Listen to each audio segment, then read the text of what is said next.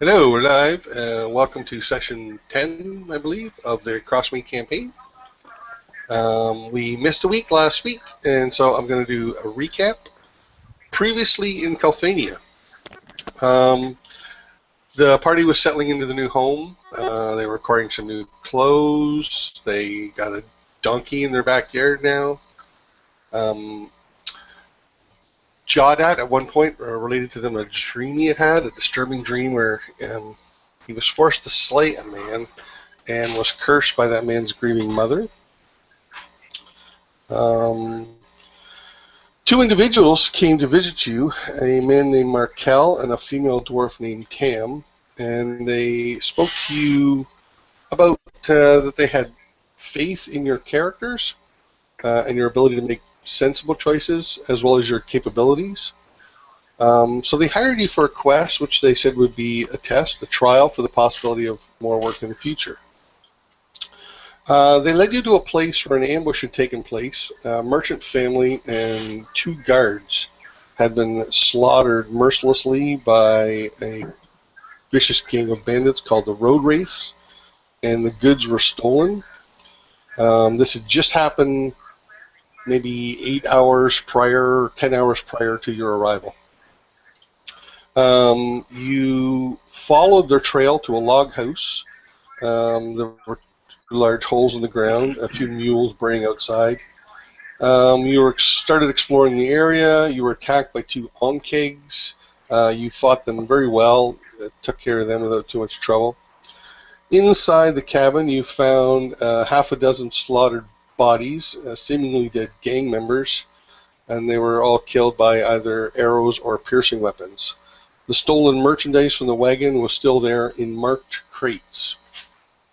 Outside the cabin, you found a faint trail leading to the southeast, moving through the tall grass and brush. It is late in the afternoon of the 19th of leaf fall, and it is overcast, and it's just starting to drizzle. And that's where we'll start. So I believe you guys were just outside the cabin looking around? Yeah. I think some of us are still inside, but yeah. I was okay, outside. So we'll just jump from player to player. Just tell us where you are and maybe what you're doing, what you're thinking. We'll start with Grim. Okay. I just got around the perimeter of the clearing, and I found the trail that led off, and had talked to the others about it. I also was looking into those the openings that the Ankeg lurched out of, and see what I could see down there. And I believe all I saw was just sort of the beginning of a series of tunnels and so forth. Pretty normal. And so, just to refresh folks' memory, Grim is, as you can see here, is he still wears a lot of kind of fractured clothes, kind of cobbled together from different places and sources and so forth. But he's expecting to acquire a new hat very soon. He is very, very tall, 6'7", and a young sort of lanky man. So he's not very muscular, so very sort of tall, thin, and he's currently just like soaked with rain. His black hair is running down in sheets across his face and neck, and I go over to the animals that are here and take a quick look at them. You said they were they mules or horses? There's two mules, and they're both uncomfortable, wet, maybe a little bit freaked out, panicked.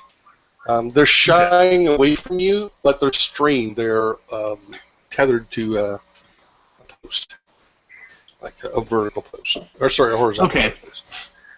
Yeah, I start to go up to them, and I kind of pull my hand back. They seem rather skittish. So I'm going to just poke my head in the door to where Jawdat, I believe, still is, and Jordan. Okay, yeah, we'll jump to Jada. If you're inside, you go ahead. I don't see him. He might be away. So anyway, what I'm going to do is I'm going to shout to. All right, well, to we can go to the others. Yeah. Oh yeah, you That's go fine. ahead. I'm sorry. I'm just going to have him go if he agrees to it. He seems to have a way with such beasts to have him go. Jordan, your turn. So, Jordan, I poke my head in the door and say, Jordan, there's some beasts out here that maybe you should see what you can do with. They're well, you have a way with such things. Yes, but if you're outside Jadat, you can decide for yourself. They look rather uncomfortable to my eye, and I kind of lean in and whisper loudly to him. I say, and they could keep our other one company, if you know what I'm saying. Yes, easily. Okay. So yeah, Jadat will go out a little bit bewildered by what has gone on and how just unfortunate this entire town must be that every time you turn around, something bad is going on.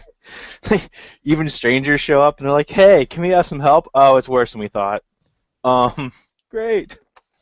So, at least the animals are a bit more easier to deal with than this weirdness.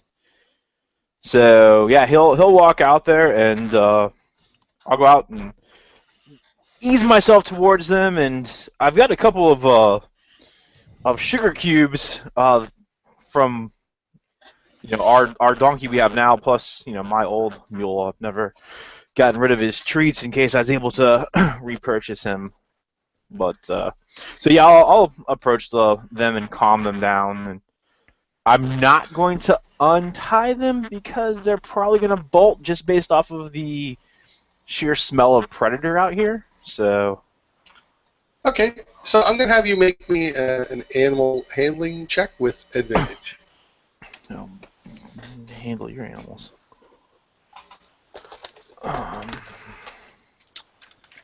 Let's see here.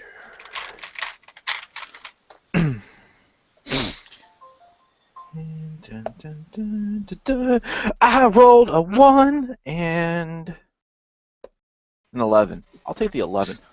So Good choice. yeah, I thought so. Well done, sir. 16. Okay, so it's straining at its leash at first, and then it starts to approach you. It's trying to follow a path that it doesn't have to approach Grim, but it's approaching you, and it's like skittishly got its neck strained way out, and it's got its lips out, like reaching for the sugar. You know what I mean? Like slowly, not moving any closer than it has to, kind of thing.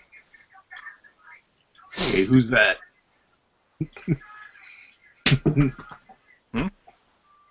On Rob's screen. Who's that? Oh, that's we know him? Markel. Yeah, Markel. That's one of the guys who hired us, right? Hired you. Oh. Yeah, Markel and. Hey guys, don't remember me? I was here the entire time. I saw listener. So. Yeah. All right. So as I'm gonna slowly inch towards this thing, and I'm going to as I move towards it, I'm gonna draw my arm in so that the sugar stays the same distance from it until I get my body close to it. If that makes sense. No, that makes perfect sense. And I'm gonna tussle its hair a little bit, and then kind of lean into it a little bit. You know the way that horses do that when they're trying to stay warm, or they're scared. They sort of like body into each other. So Jada's gonna do the same. He's gonna sort of lean into it, and then I'm gonna reach across it to the other one, try and draw it towards him.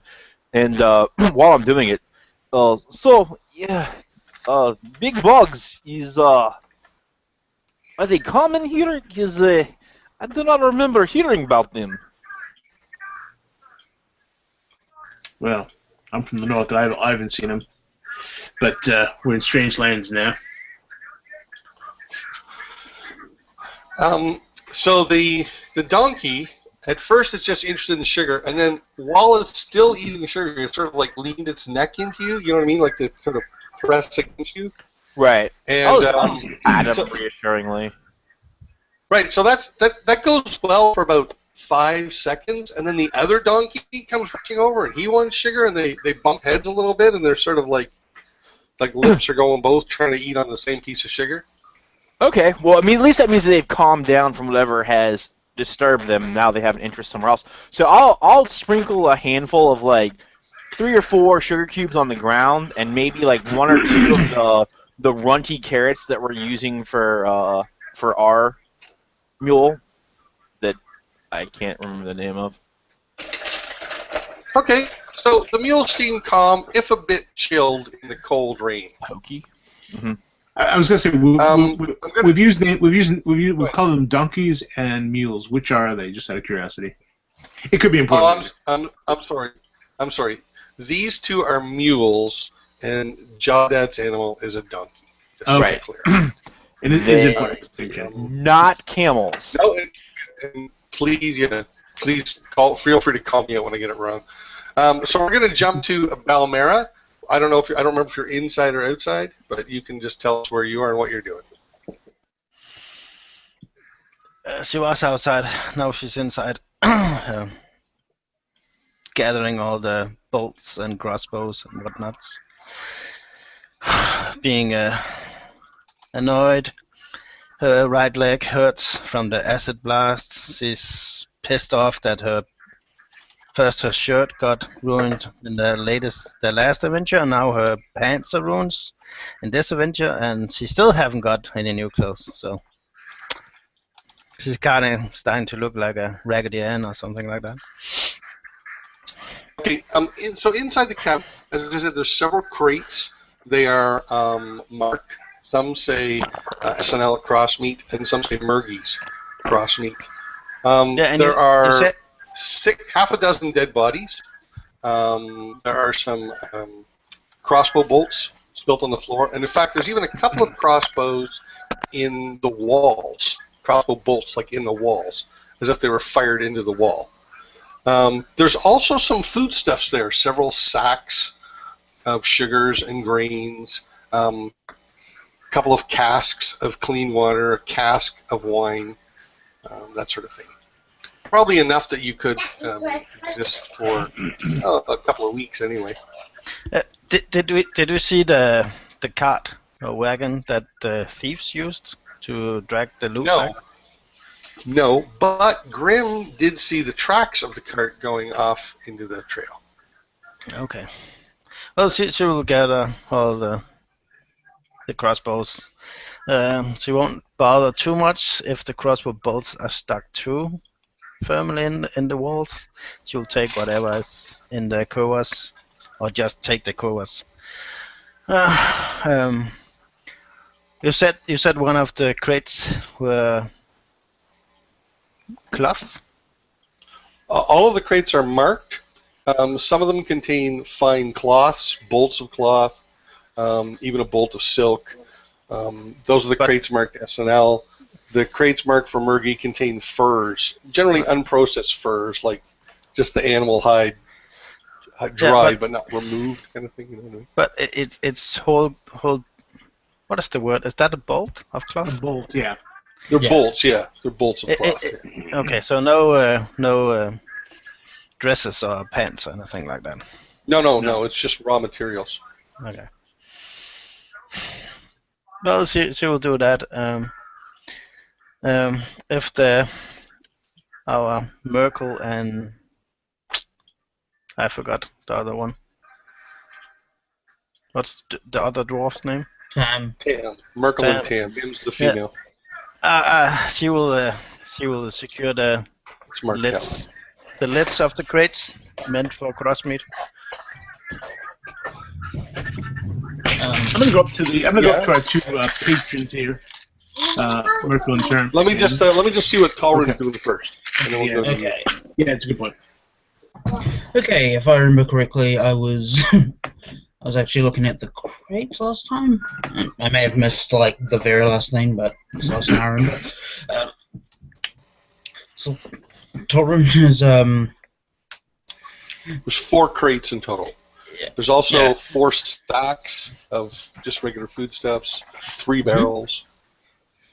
Oh, at first Torun was just happy to come along, and he wasn't suspicious of these two, but now he kind of is, and he's basically eyeing them and thinking about what book could they have been referring to? What's the significance of that? And then Belmira comes in, and is Belmira looking through the crates? And I don't know. Are you? If I'm looking... He cracked them open to know what was in them, so I assume he at least cracked the lids off. Yeah, and unless he stops, he will secure them again. If that's what you mean. I was just wondering. I kind of stepped back into the room. Furthermore, Belmira, why did you not trust these people at first? For the record, Markel is inside with you, just so you know, just so you're aware. Alright. Yeah, I'm just walking up next. Yeah, I'm walking right next to Belmira then. He's about 5'5", broad, weathered skin. So he kind of sits down on a crate, nursing her right leg. Well, I don't really trust anyone. I just meet. And she kind of she says this in a whisper and leans in. You have to admit, there's something fishy about that woman. Torun looks really uncomfortable when you lean in, and he said, yes, I have to admit you're right. Markel is standing is in the same room, right? Yeah, I turn to him. So, previously, he's going to come over. What do you mean you're so suspicious about Tam? I've known Tam a long time. He says that to Torun or me? Or just... Says it to you.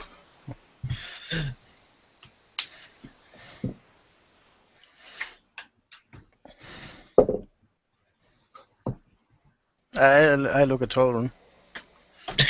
What? No. I'm not the one who's suspicious.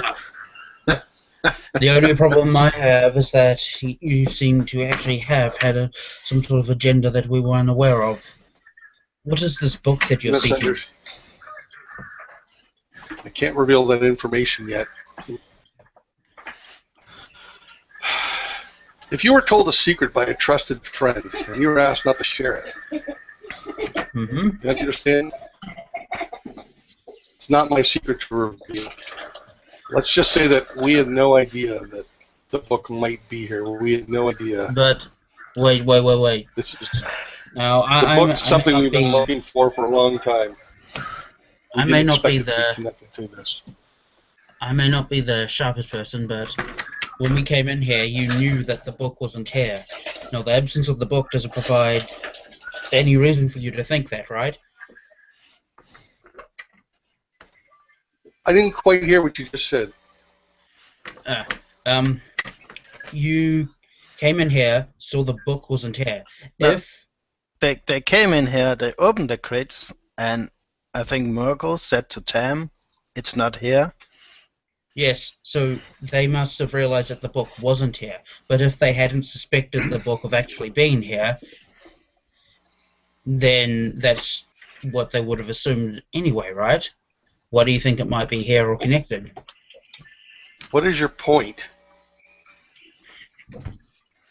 Well, if you previously thought it wasn't here, then what changed your mind? It's not here?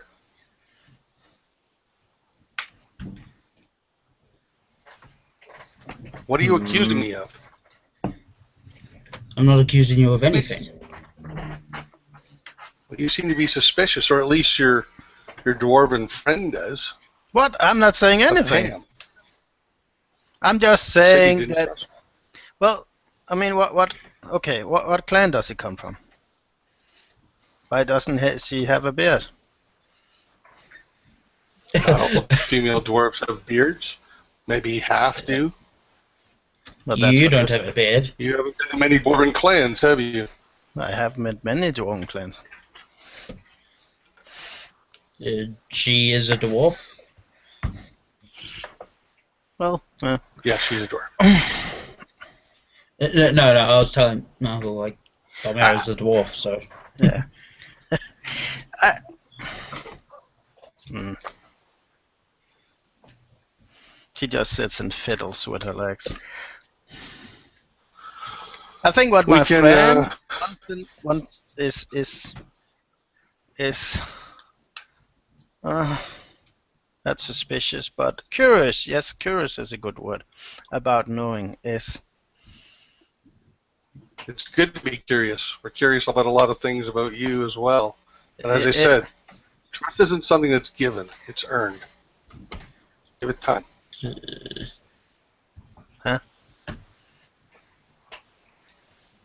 Well, anyways, the road raids stole the crates. Someone attacked the road raids, killed the road raids, we assume, ran away with the cart of the road raids, and took these fellows' melee weapons. And maybe, we don't know that, but maybe they also took the aforementioned tome. It's a possibility if it was ever here. So the question is, who killed the road raids? And you seem to allude that you might know who killed the road raids. That's true. Then It's all true what you said. who did it? Yeah, exactly. I don't know, but I might know. Yeah, who might it be? Well, if we decide to hire you again, we'll offer you some more answers at the time. But if you decide to turn that down, a future job offer, then I would have been in the position of revealing secrets to you for no valuable reason. You understand? Oh. Well, I don't need to tell you the secrets, and you don't need to know them. No, well, if We're you don't, slowly building some trust here. If we come to hire you again, well, I understand we'll that. share stories. Honestly, I don't care But about the if you book. turn us down, then why would I share the information? Because we're talking here as at least temporary allies, right? So we're just talking about who might have killed the road raids. We're not asking about secrets. It's fair. It's fair. Your curiosity is understandable. Just know that the more people that know of this, the more danger is involved, and the more, including danger to yourselves. So Yeah, that's true. But it's best we keep the information to a minimum, an as-needed basis. Okay, I I'm understand sorry, that. but that's how it's going to have to be. I can appreciate your reasons, but could you perhaps tell us a little bit about the nature of what you think killed this man? Powerful organization? One man? I'll tell you this: it was clearly more than one, and the road race are, well, we're not in the business of dealing with bandits. That's the King's Guard business. But as bandits go, the road race are as bad as they come, and they didn't even get a chance to put up much of a fight. yeah, but this is just a little part of the road race, right? Yes. We think there may be 100 road race in total, perhaps less. No, certainly no more. Okay, so it stands to reason, since we are connected to this, especially if we go back to Crossmeet and we officially delivered the goods to those guys, and she points at the crates, word might spread.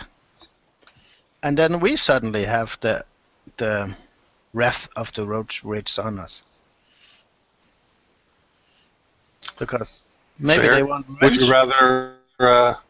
rather return the goods without mentioning your names? Well, I think that would be prudent. Or at least, what do you call it? If you wish. If we ask them not to spread the word? I can very well ask you to keep our secrets and not respect yours. So, But if you wish, sure. But if there is someone out there hunting down these road raids, and for all we know, they could be potential allies to us. It's possible. Let's have a drink and a night or two, and we'll have a talk at that time. Yeah. Maybe Well, I'll be able to tell you more then. We should talk to Grim. We kind of elected him as our spokesman. Does Grim know that? Yeah. Well, he got elected the last time, so I guess he does. We did choose Grim, didn't we? Because Palmero wanted Jar. We did choose Grim, right? Or am I remembering it wrong? I thought you tried to choose Grim and Grim tried to choose Jawdad. That's how I remember it, but it's totally up to you guys. Pick whatever spokesman you like. Yeah, I think that happened, and Torrin thought the idea was silly in the first place and picked up one. So, well, I'll just talk to whoever you want me to talk to. Just don't get angry at me for what I say. Yeah. Well, anyway, So, that's what Palmero thinks. So let's. All right. So back outside, Tam is outside with Grim and Jawdad. Jawdad, you have successfully calmed down these two mules, and the rain is coming on harder now. It's overcast. You probably have maybe an hour or two of daylight left. Yeah, I go to Jawdad. I say, "Hey, Jawdad, look, they're." I kind of whisper to him too, because clearly he's in his, doing his thing with the beasts, whatever that is. I say, Jawdad, look, we're all kind of knackered here. We should maybe we should take advantage of this the shelter and settle in for the night. Do you want to bring the beasts inside?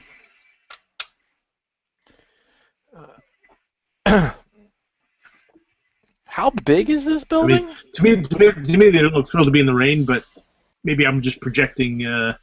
What do they call that? What would my master say? Anthropomorphizing them. How big is the the building? interior of the building is a little better than 20 by 20, or I guess 20 by 20 feet. Yeah. So it's pretty crowded inside with all the crates and the bodies, and there's a couple of chairs. Oh, we threw the bodies and a few outside. cots. They're just scumbag bandits. I'm just telling you what's in there. And you can Right. certainly do that. So yeah, it's a straight log house. It's got, as I said, one window and one door, one chimney. Sam says, Okay. I doubt the raiders are the official owners of this place, but I didn't think anyone would care if you wanted to rest a while. Well, we weren't going to ask anyone. So, Jordan, do you ultimately we could bring the beasts out into the forest a bit, secure into some trees, at least give them a little bit of cover. Again, you're more familiar with such things. I don't yield to your expertise. How do I think they're gonna fare? I mean, it's not a big storm, right? It's just a rainstorm. That's right. They're just cold. That's all. Right. But they're also animals. They'll be okay. So as So long as Ankh don't get them, yes. Was that? As long as Ankh don't Sorry. get them, yes. Right. Hopefully those are already taken care of. Oh, hopefully. And if not, better they eat the donkeys than break into the building and eat us. mules. Good point. I imagine they taste the same. Well, it's okay. I think we leave outside. Storm does not look bad, and inside is mini boxes, barrels. All right. Well, let's before we settle in, maybe we should go move those bodies outside at least. Put them on the opposite side from the mules so they don't.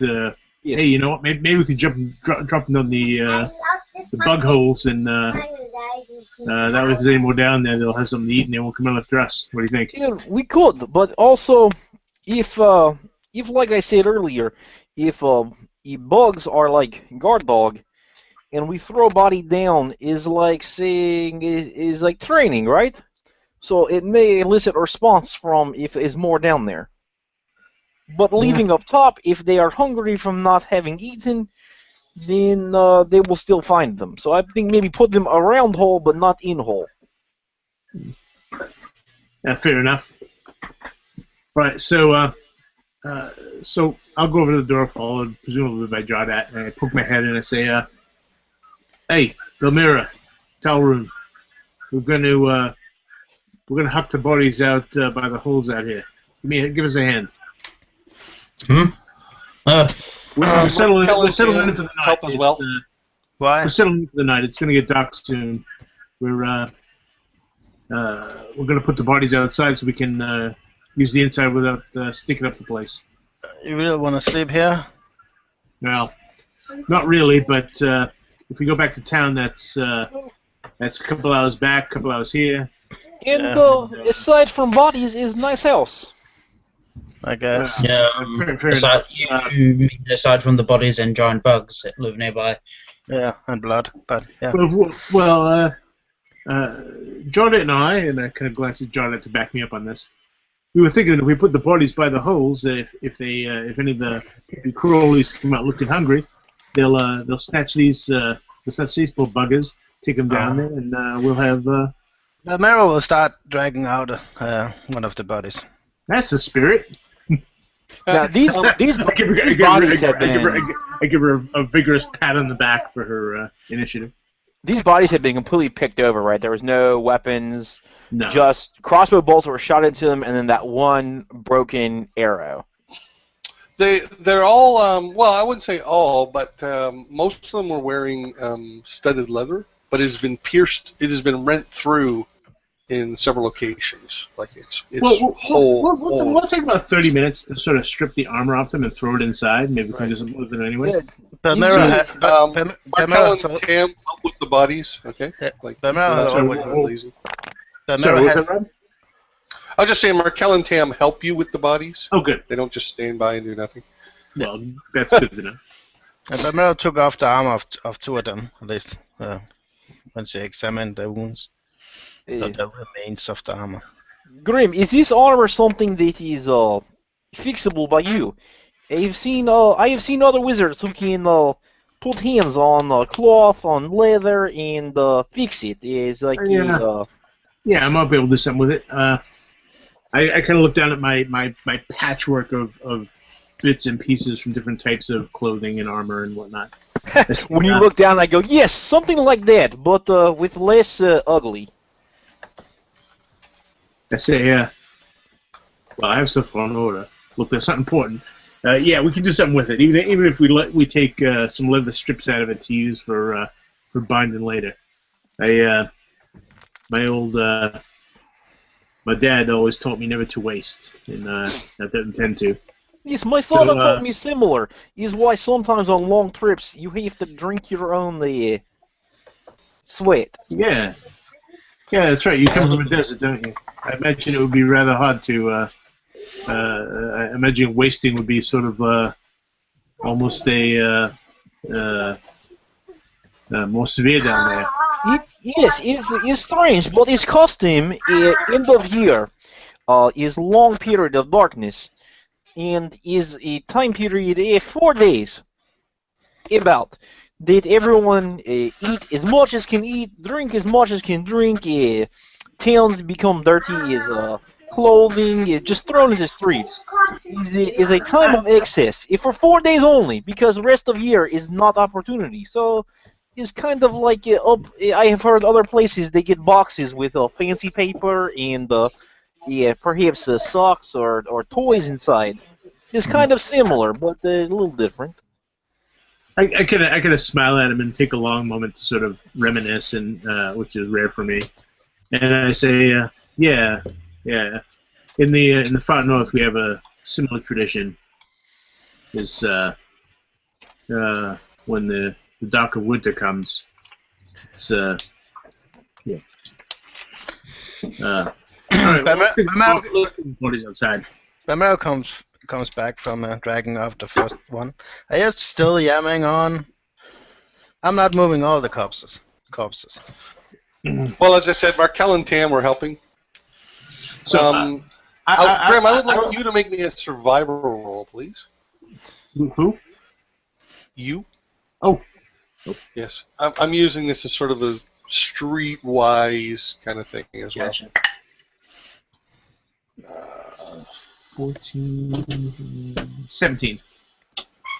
Okay, the quality of the armor, each one, as I said, has about 6 holes or so in it.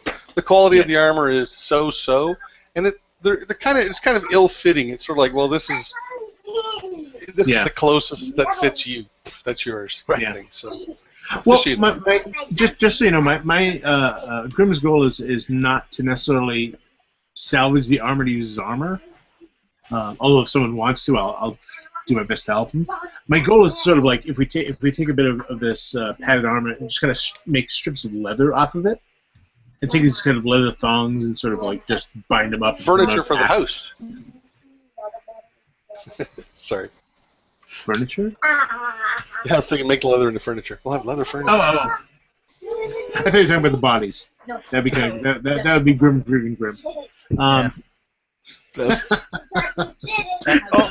Also, don't give Alex ideas. Come in. You want to hire us as vendors? Come sit on our corpses that we have here. Come and sit in our dwarven-made chair. Yes, it is a dwarf. Have a seat on the divan. Don't you mean? Yeah.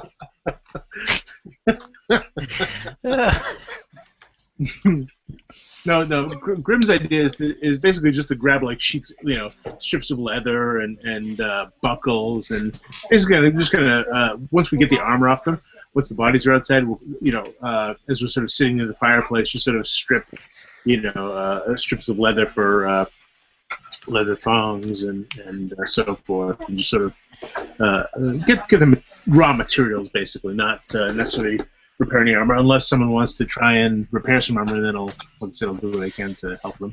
Well, I don't think it'll fit us. Bamero will, unless it's messy, and by messy I mean if there are any feces on it or any blood on it, but if these things are not on it, she will take a pair of pants from either the human-sized or dwarf-sized corpse. I would imagine that anybody who's been shot with 6 crossbow bolts probably got a little bit of blood on their pants.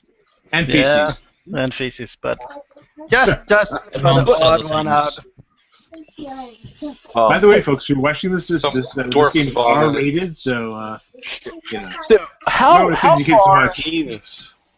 how far from where we are, this log house, to that merchant wagon was it? Okay, so the wagon, you went about 5 miles off the road. That was the trail to this. All right, so because I'm terrible at this, how long would it take to get back to that wagon and that wagon back here if I were to take one or both of the mules with me? Oh, okay. You could go back there and bring. You want to bring the wagon back? Sure. I think you could probably do that in what's 5 miles? 5 miles. How long does it take to ride 5 miles? Yeah, at most. I would say if you want to, you could get the wagon back here and get back to town pretty much as it went dark, as pretty much by nightfall. Wait. Town okay. is here. So Town is only 2 hours ride to the south of where the wagon is. Yeah. Remember, you have right. So it would definitely be feasible for me to take the 2 mules back to the wagon and get that wagon back to here before sundown for us to be able to load up the crates that are inside to take back to town. I don't want to walk with these things. Yes, that's what I said. If you want to go back, get the wagon, come back, load it all up, and then go right to town, if you did all that now, you could get back there pretty much as it got hit night. Okay, then What? Let's do that then. But then we'll have time to get back here and then start following the trail. It's really get cold.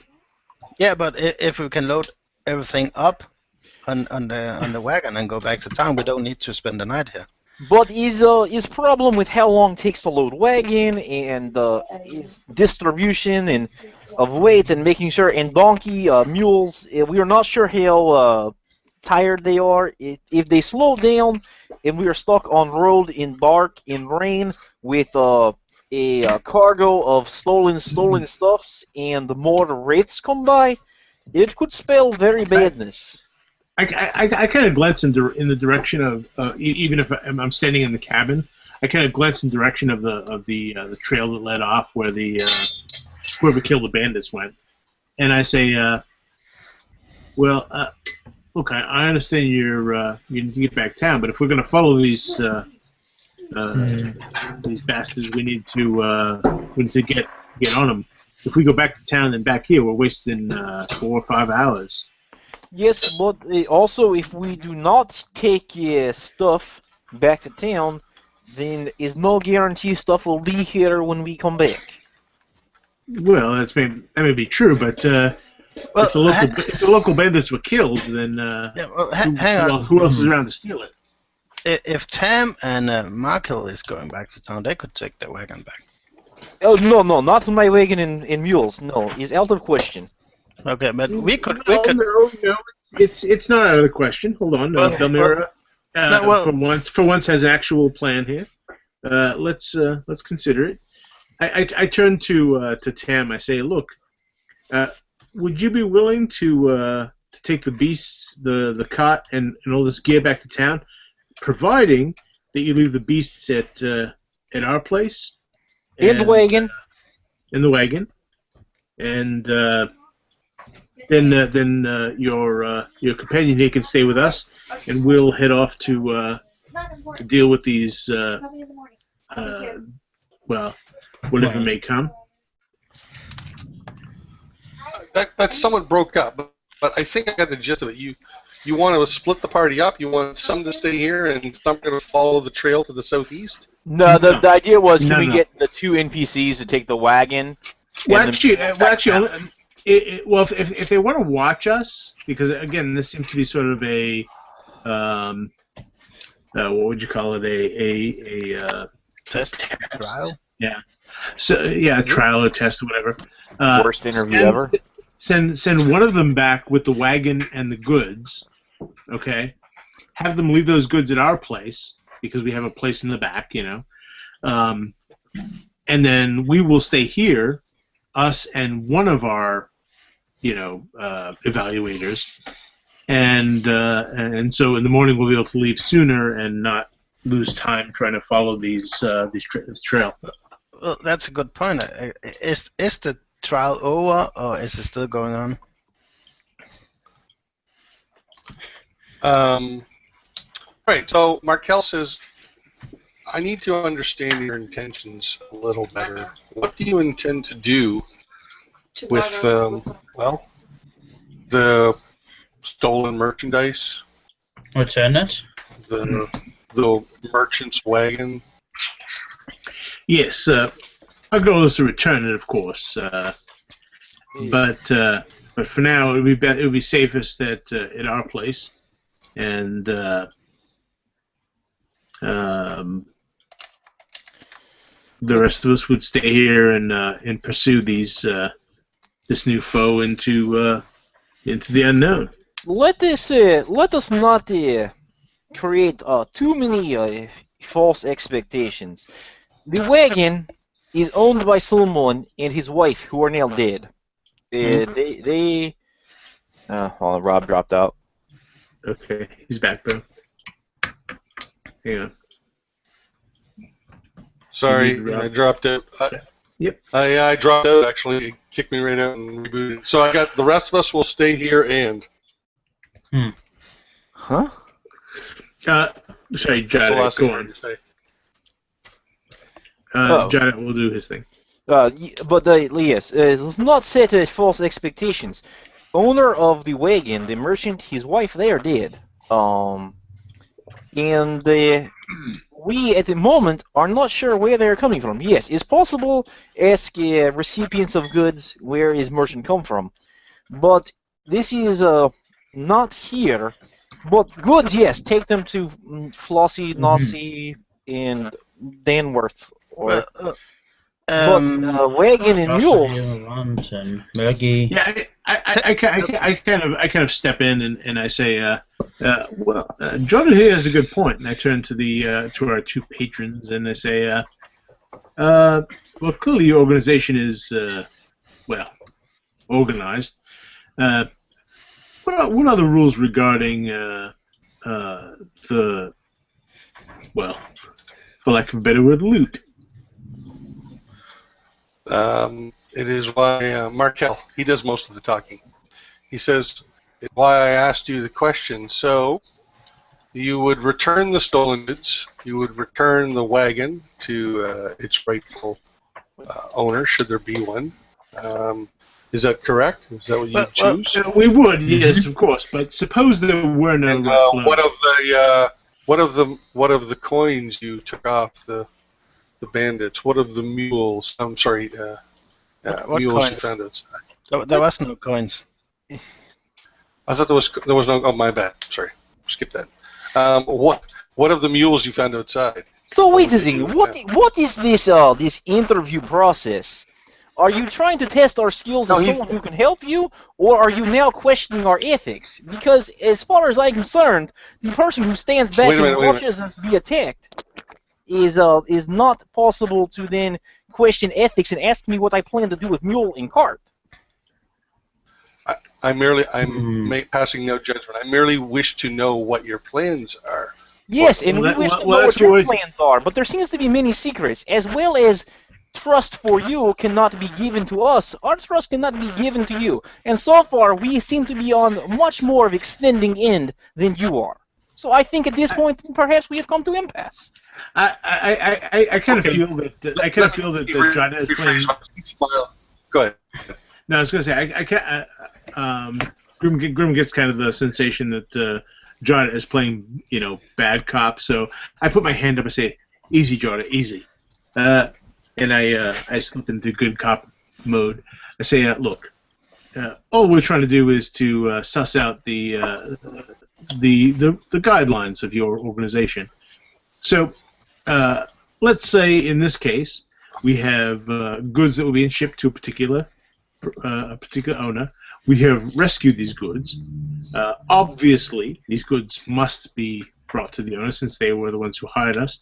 However, the ones who transported the goods, who were not necessarily owned by the people in question, are now ownerless. What would your organization's policy be in the case of, say, the cart and the mules?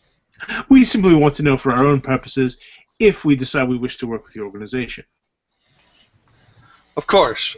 He smiles at Jadette. I understand I've been making things difficult for you. Keep in mind that currently he's from the distant south. His ways are different.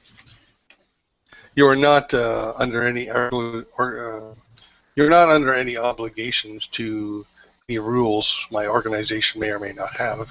Oh, we understand. Because you are not part of them. So you're certainly right. You're certainly correct in that you're not subject to them.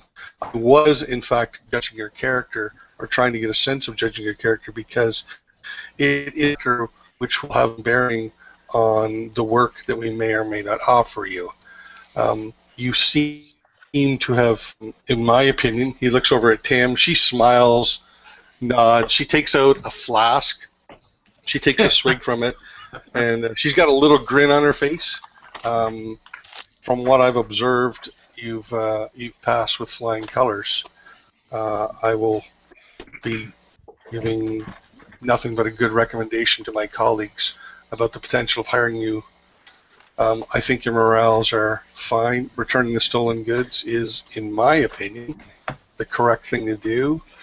If the merchant family has some family that shows up that claims the wagon, that's some gray area we can decide, or perhaps you can decide. As far as the mules outside go, I have no use for them.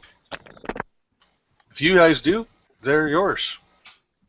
Well, I see no qualm with taking those. I nod and look back at Jodat and try and Does that answer your question? He asked Jodat. Yeah. It is it answers the question? No.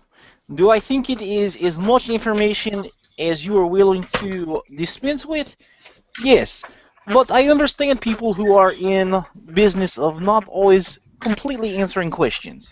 It is a commodity in and of itself. So, as long as there is understanding that we will do what is right, but at the same time, I do not feel that journey perhaps 5-10 days away to perhaps return a wagon to somebody who may or may not be there. This is not good business. Well, companion, that's a Fair good enough. point. well, Not suggesting you return the wagon, but should its owners come up, someone come up claiming it, perhaps you might consider compensating it. In any case, it's not really a concern of mine. If you wish to keep the wagon, I won't stand against you. If you wish to keep the mules, I won't stand on. correct me if I'm wrong, but the road where we've Governor, hello. you go ahead. Oh, you're breaking But up. She says, well, correct me if I'm wrong, but the road that we found the wagon is the King's Road, right? So it falls under the King's true. domain, thus the King's law. Yeah. So it's safe to assume that these merchant family are members of a trades guild, right? They probably are members of the Merchants Guild, yeah. And the Merchants Guild, at least from where I come from, has compensation for these sorts of things. So if assumed Well, that this it's likely that the merchant, if he's a merchant in good standing, perhaps has family who would inherit his goods, if such family exists, and if no, I'm saying it is not my jurisdiction or job to enforce. I desperately try to interrupt Belmira. And I say, Belmira, As I said, look. it is not my job to enforce the ownership laws of the wagon. No, I'm saying if we bring the wagon back to Crossmeet, we bring the trades good back to Crossmeet. We contact the recipients. I forgot what was the fancy store you went to, Grim? Two of the crates said S&L Crossmeet on the side, and the other two crates said Murgy's Crossmeet on the side. I look at Belmira and I look at everyone else and say, Belmira, can I have a word with you outside?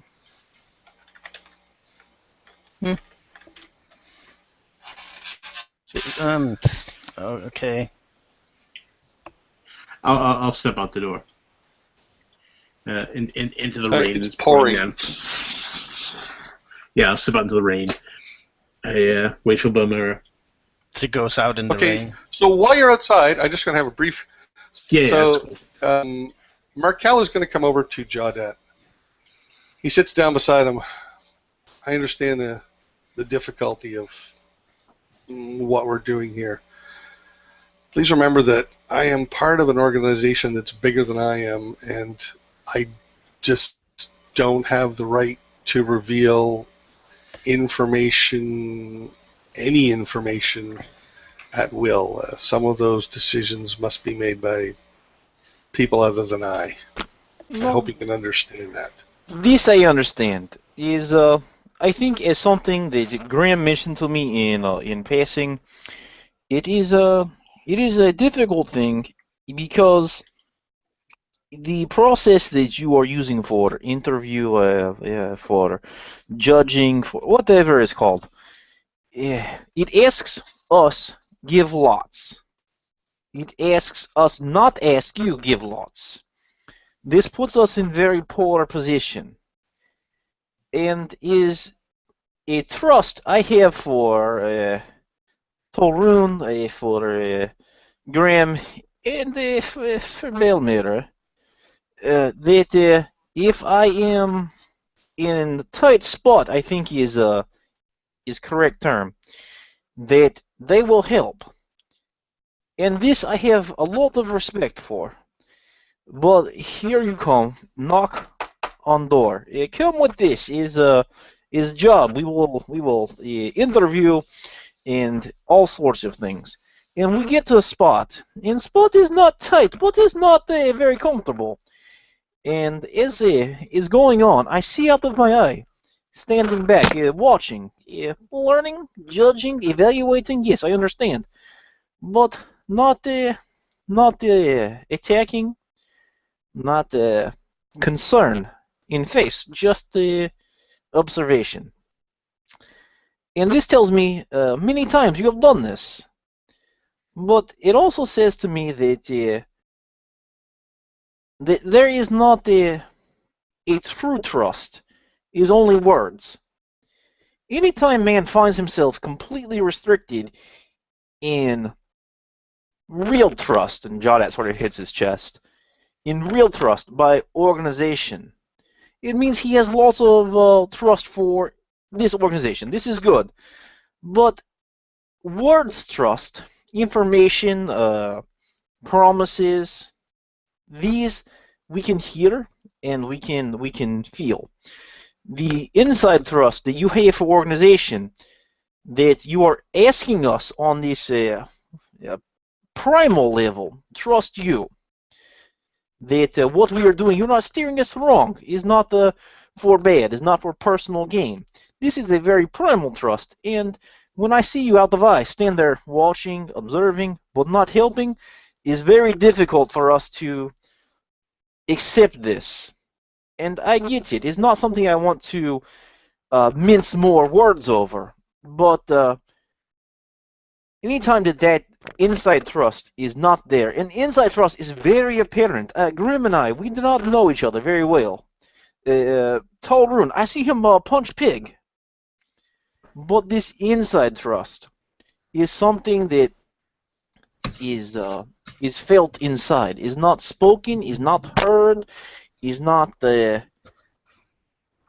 written, is seen with eyes, is felt in here. This you have offered us none of.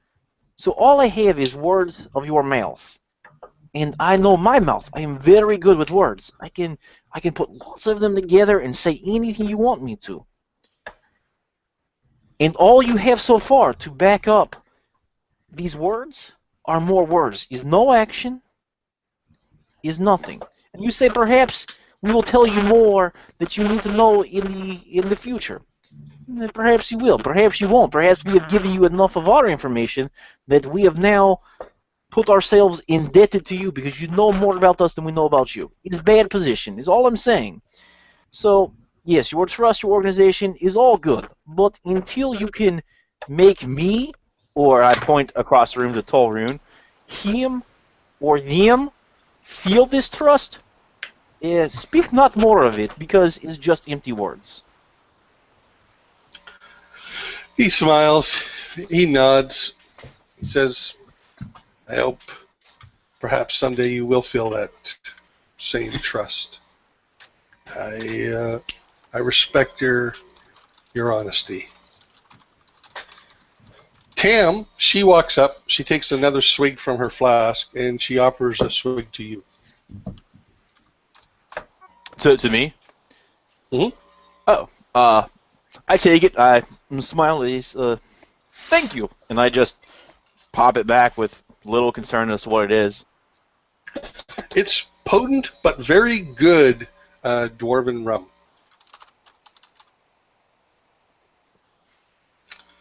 Okay, so outside, we have by themselves. What? Bummer and Is that right? what is that? Balmer and Grimm are outside. Yeah. Having a chat. Is that right? Okay. Go ahead. I say, look, Bummer, I know you got misgivings about these people. I do myself, but they could be a good source of work for us, and I think we need to do what we can to work within their their structure for the time being.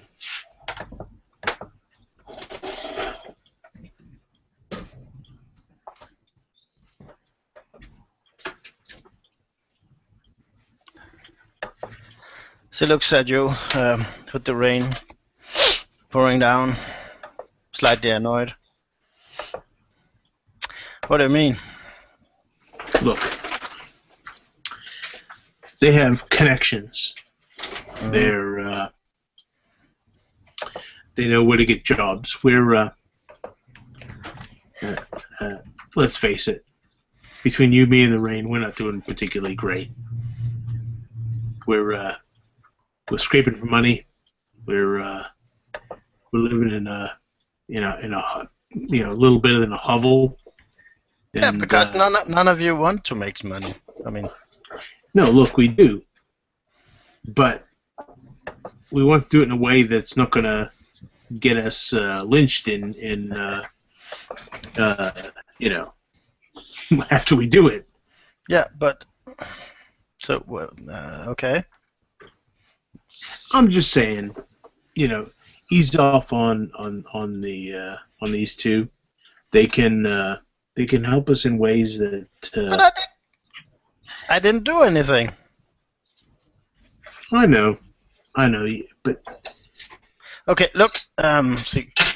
She looks annoyed. Really? You sure about that? Do you remember last episode you said something like you imagined yourself stabbing her 17 times in the neck? Something like that. Hey, that was all inside. It doesn't count. Yeah, doesn't count. Inside thoughts, not outside actions. Inside voice, outside voice. You have that reverse telepathy, so everyone can read your mind. Yeah, That's right. So whenever you do that, everyone's just like creeped out. yeah. She has a version of the Bard spell. What is called the one that does psychic damage. Right. Look, okay. Where I'm from, there's a lot of structure. There's a lot of organized trade, you could call it, and there's a lot of guilds for everything. And if these guys are a member of a guild, I'm just saying, this is, I don't know what you plan to do with the card, or what the other plan to do with the card. If you even want the card, I don't know. But if we just, at least from where I'm from, I'm not even sure it's the same in Crossmeet, but who knows. But where I'm from, if you make the claim, I found these, I brought them back, / here's my claim. And there's no one to counter that claim.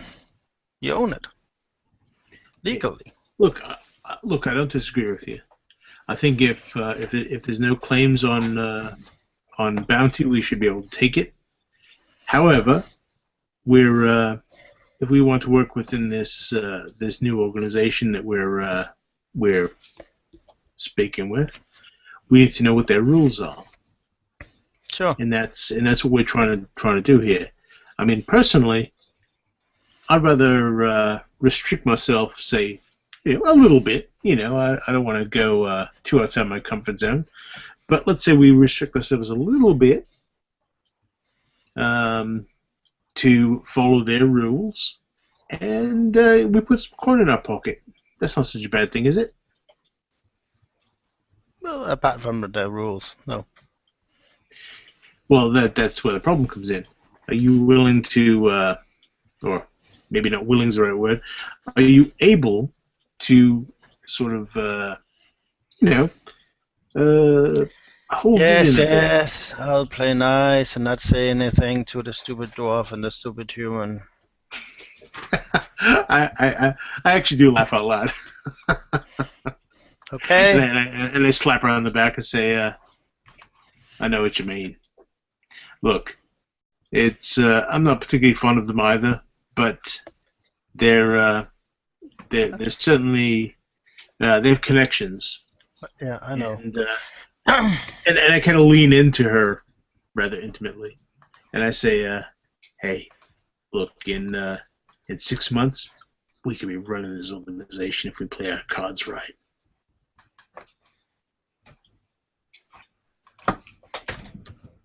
She just looks at you with her red hair completely drenched by the rain and falling down her face.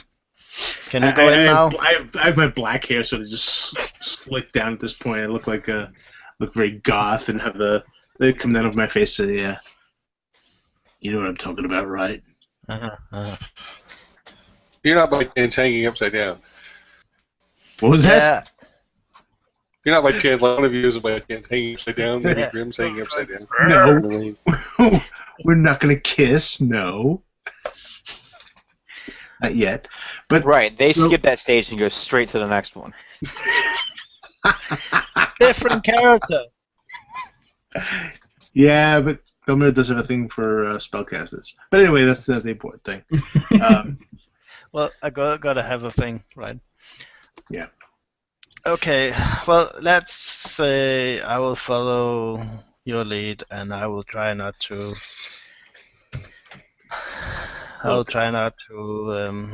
I appreciate your sacrifice, but look, if it makes you feel any better, I promise my primary goal is to see to our benefit, and by our benefit I mean you, me, Jordat, and Tolroon. Yes. For good or ill, I think we're bound together somehow. I don't know what it means, but I don't want to get on Torrent's bad side. Well, I mean, that guy, he punches monster bugs and pigs. That's not someone you want to cross. yeah, sure. But either way, I think it's if you need help, like learning how to, play nice with folks like these that we're dealing with, I'd be happy to help you because I know it's not easy. I can play nice. Okay, so I will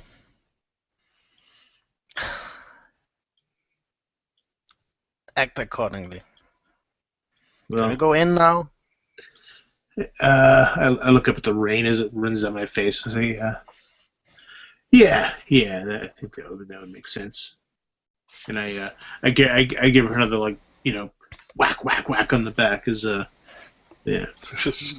Rain just splashes off. Splashes water. Completely soaked and probably ruined leather jacket. Yeah. And you can hear a distant, faint rumble of thunder. Nothing big. She goes in. Looks like a drowned rat.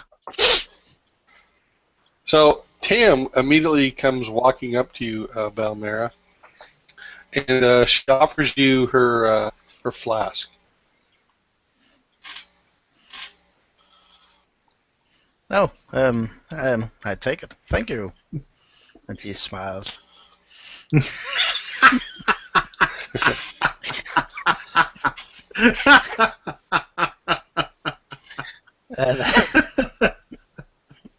Perhaps I should rephrase.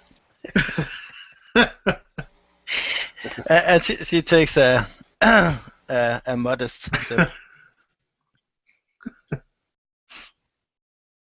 It is excellent dwarven rum, as good as any you've ever had, anyway.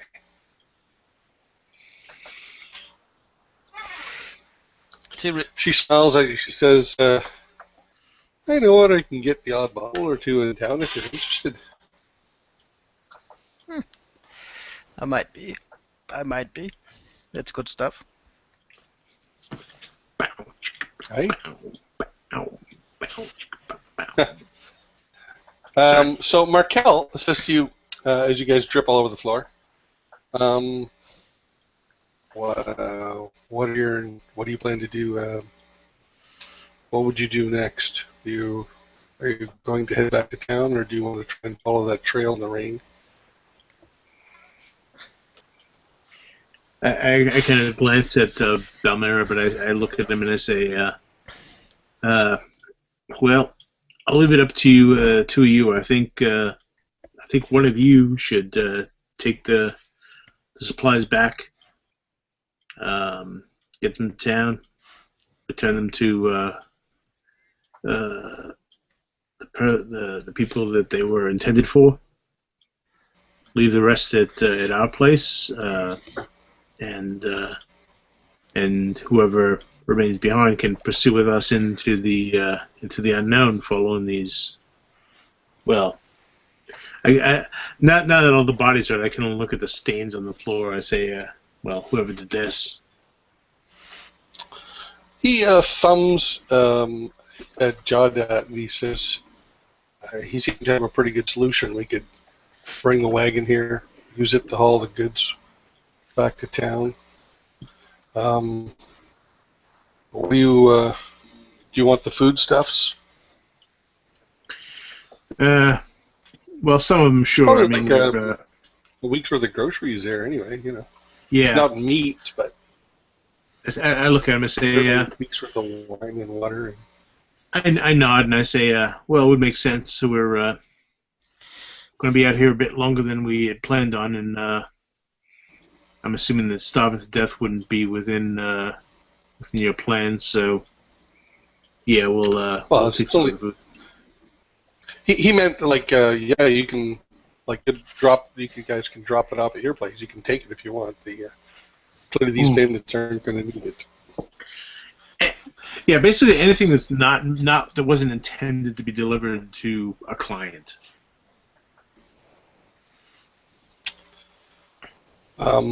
If you're going to pursue them, I suspect that our quarry may have gotten away, but if we pursue them, we would go with you, if that's your intention.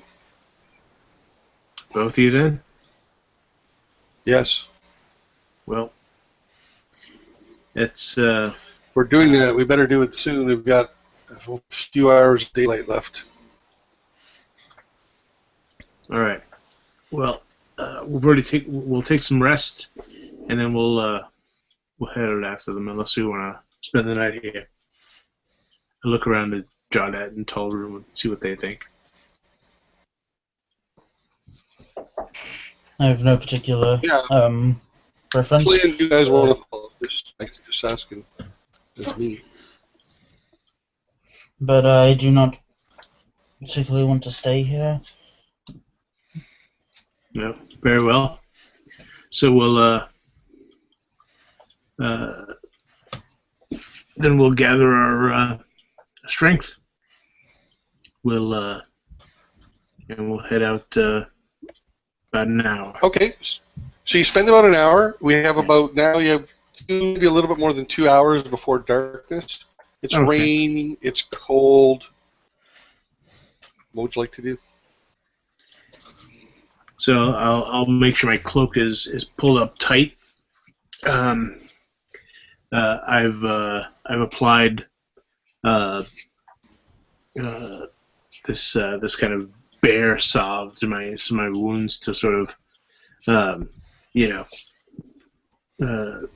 take care of the bruising and a bit of the wounds and sort of the muscles, and after an hour, I sort of just,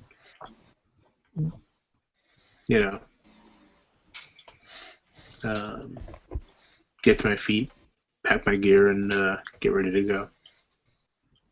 Okay, so the four of you are, again, correct me if I'm wrong, but the four of you are outside, remounted on your mounts. The two mules are still tied to the hitching post, I assume.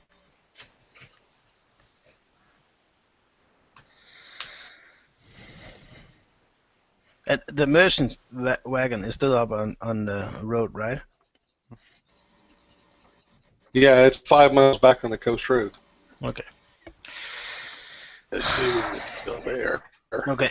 If any of the dead people had a cloak, Belmera would have taken that. Otherwise, Yeah, sadly, no. So are we now just leaving everything here and going into woods? It looks like it. At least for a time to see what we can, see if we can follow the trail up for a bit. Were the bodies warm when we arrived? And if they already had a head start and we wasted a lot of time, then we probably will not be able to catch up with them, right? When you got to the ambush point, it was about 10 or so in the morning, and they estimated that the ambush happened 9 or 10 the previous night. Yeah. So we were 8 hours behind them at that point. 12 actually, roughly. 12 hours, okay. 12 hours behind. 12 or less, yeah.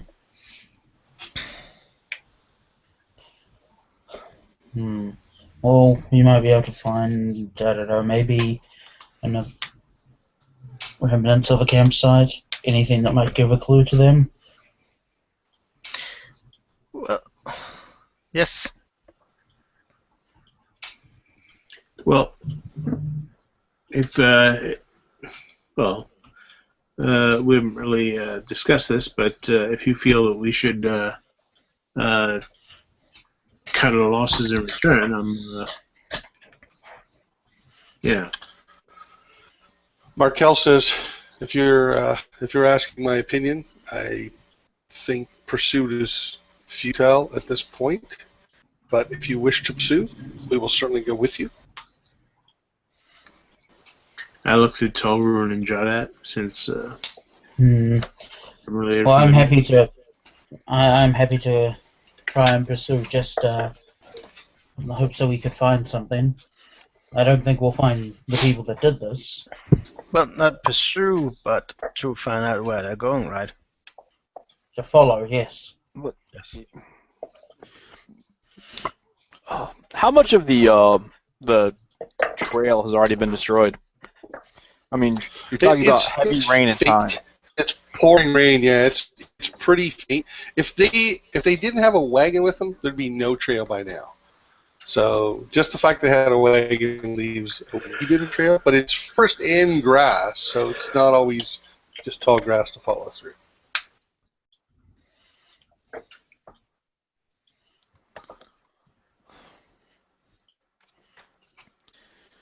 What do you think, Jodat? Yeah.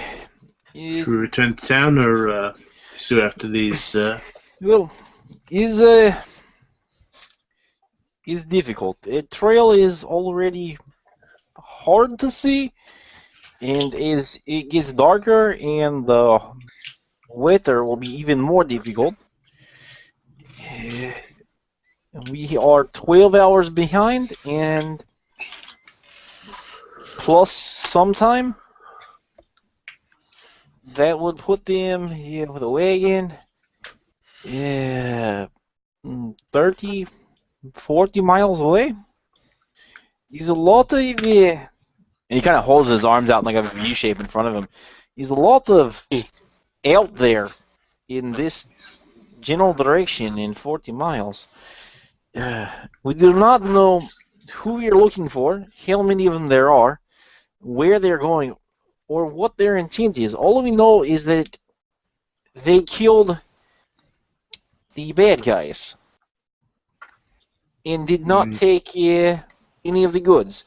This says that they are not the same type of criminal. Yeah, but is Well, yeah, the enemy of my enemy does not make them my friend. But I see what you're saying. and perhaps back in town, someone will know that arrow is different than rest of bolts. Maybe someone has seen it before, or could they give us information? Is I will go where you want, but it's unlikely we will find anyone that is 12, 14 hours ahead of us. I sigh and look around, and I pace for a good minute before I speak. And I Do you say, pace or does your horse pace? I like you on the horse pacing. He's on top of the horse, walking back and forth. Right on the horse's back. I thought we were still at the cabin, but okay. Okay, that's fine. That's fine.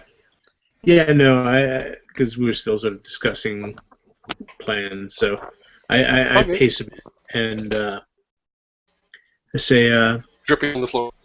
yep. And so I say, well, you make some good points, Jodet.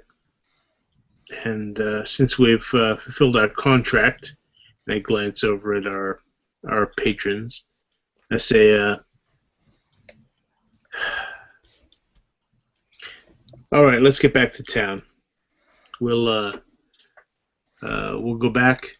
We'll see if the goods get to who they're intended to, and we'll decide on our next course of action from there.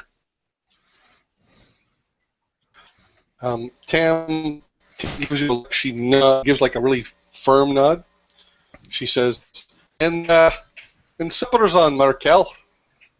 Markel just gives her like a sideways glance that says nothing. Even better. All right. So, Grim sort of like, rubs his hands together, and then puts them out as a palm, and muttering an incantation, you see nothing happen, and he points to an area about a couple feet off the floor, and he says, yeah, put some of the boxes there.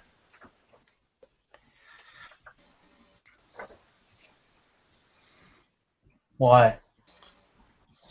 Well, we're going to go back to the wagon and head to town. I'll put some of the boxes there, and I'll load some crossbows up on top of the boxes. Or we can just get the wagon and bring it here. Yeah, we'll save some time this way. Is that the walking chair spell that he has? It's 4 crates, 4 sacks, and 3 barrels. That's all the goods there, anyway. I kind of glance at Belmira rather, oddly say, the walk-in chair spell. We know all about those. So as they put a box, like they lift it up to like 2 feet off the floor and gently put it down, and it just stops and hovers about 2 or 3 feet off the ground. Can you carry all the weight? I don't know. 4 crates. I think 500. I think and 3 500 barrels. And, pounds is the. I can carry 500 pounds. I'm not sure how much they weigh. oh wow! Okay. Okay. I'll say that's everything. Yeah. Okay. I'm just going to ballpark and say yes. If So not, it's 4 we can crates, flash the sacks. 3 barrels. No, that's fine. 4 crates, 3 barrels, 2 of which are wine and 1 of which is fresh water, and 4 sacks of like grains you can make bread out of or dough out of, that kind of thing. Okay. And the sacks and the barrels don't have a stamp on them, right? That's correct. There's no markings on them. That's correct. Good. Excellent. All right. So Okay, as so you as soon as they get them loaded up on the on this floating disc, I I begin sort of trudging my way out toward the cart where we came from. Okay, so there's a bit of a comical moment where people have to rearrange stuff on the disc to get it to fit out the door, like a bit like Tetris. But then eventually the whole disc goes floating out the door. Everybody finds their mounts again. So remember, you were each given the loan of a horse. Balmera was given the loan of a donkey. Yeah, we don't talk about that. Tam mounts up on her donkey, and Markel mounts up on a small horse. Nice. And you guys head back through the. Remember, it's not a real trail, but it's the path that the bandits took from the road to the cabin. Well, go ahead. how fast can we go? All right, this doesn't sound so weird. How fast can that disc go? Like, can it travel at the horse's speed? Oh, Yeah. I don't know. Yeah, it stays. Let's see. It's 3 feet in diameter, 1 inch thick, and floats 3 feet off the ground. Disc remains blah blah blah blah.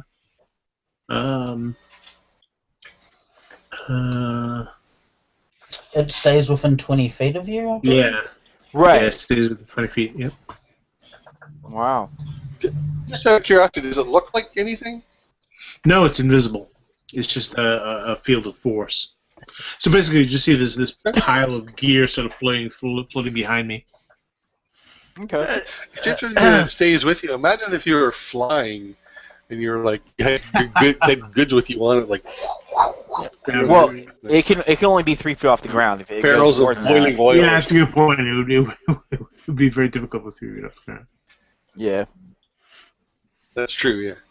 Okay, so you guys make your way back along the wet, very shadowy, darkening pathway that you find your way more through instinct and knowing the direction west than any visibility of a trail.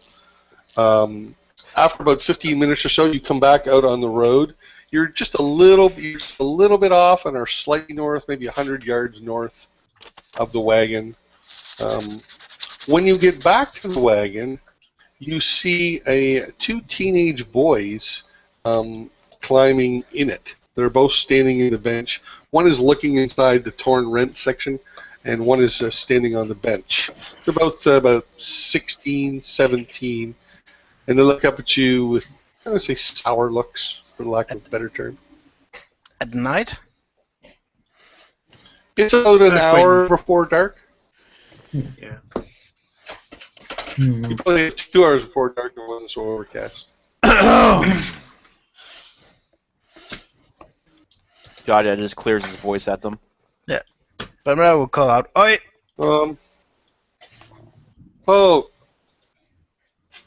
Oh, greetings. Our wagon broke down. We'll have it going soon. Our horses ran off.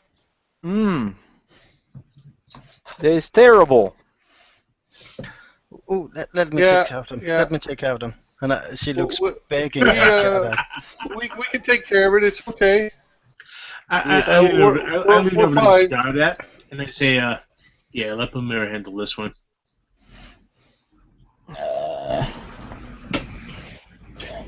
I lean back towards Grim. I am not burying 2 more children.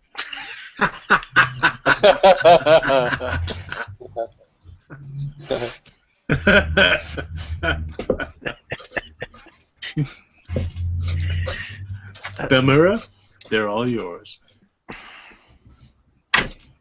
She smiles. We'll get our horses back. She smiles from ear to ear and rides up her dwarven horse, as it's known, to the wagon. And she still smiles. She smiles way too much that it should be, and gets off the horse. Smiles at the 2 kids. So the teen inside the wagon, who's maybe your younger, blondish hair, he smiles down at you. Oh, terrible weather. Yes, terrible weather.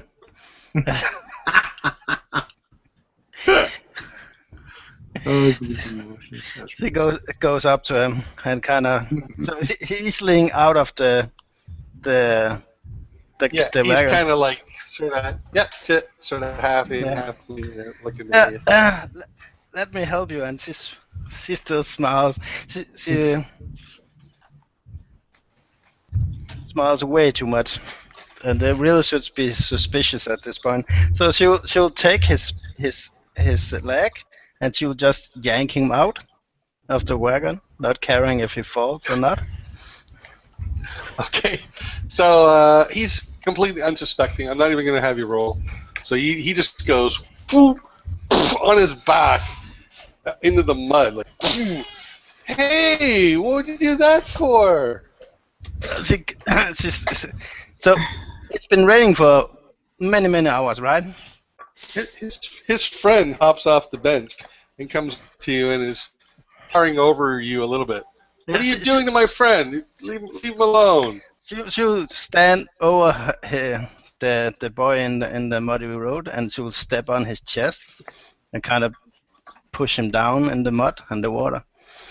So this is. So his friend sees you do that, and he puts his hands on your chest and tries to shove you. Unless you're going to let him, I'm going to have you make me a strength check. Good luck. She weighs 240 pounds. 240 pounds. So no, she's not gonna let him. So you want a strength roll? I want a strength roll. Yeah. Okay. Bam. 17. Okay, so yeah, you move maybe enough to perceive a quarter of an inch. You don't really budge. Leave him alone. You.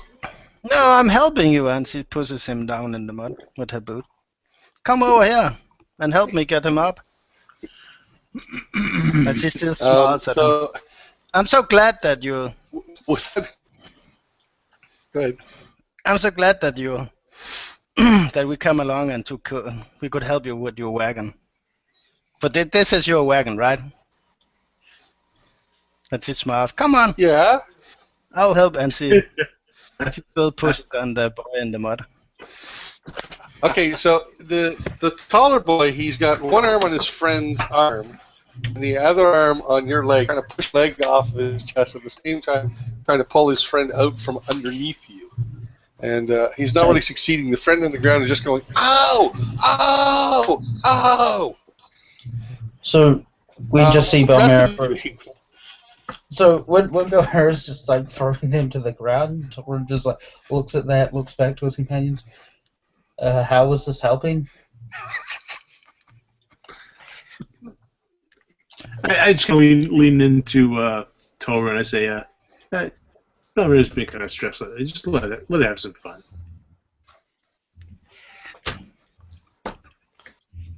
That's rough. Faintly over the rain, everybody except Belmera can hear Tam chuckling. Is she just standing there watching? Is it more of a cackle?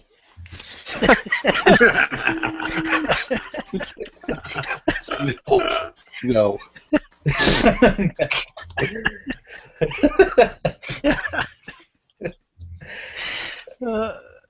This is how Torin got his issues with dwarves and kind of got a tick whenever he met a dwarf in the future. So, Belmera, it is clear to you that both these boys are now just struggling to free themselves and are not having much success.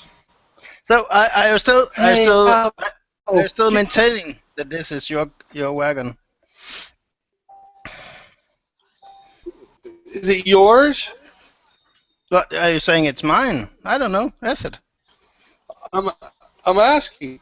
Well, you must know if you said it was your wagon, and she leans a little more weight. Oh, you found it. Well, I'm glad you found it because we have left it here, and so we're really happy that nothing bad happened to it.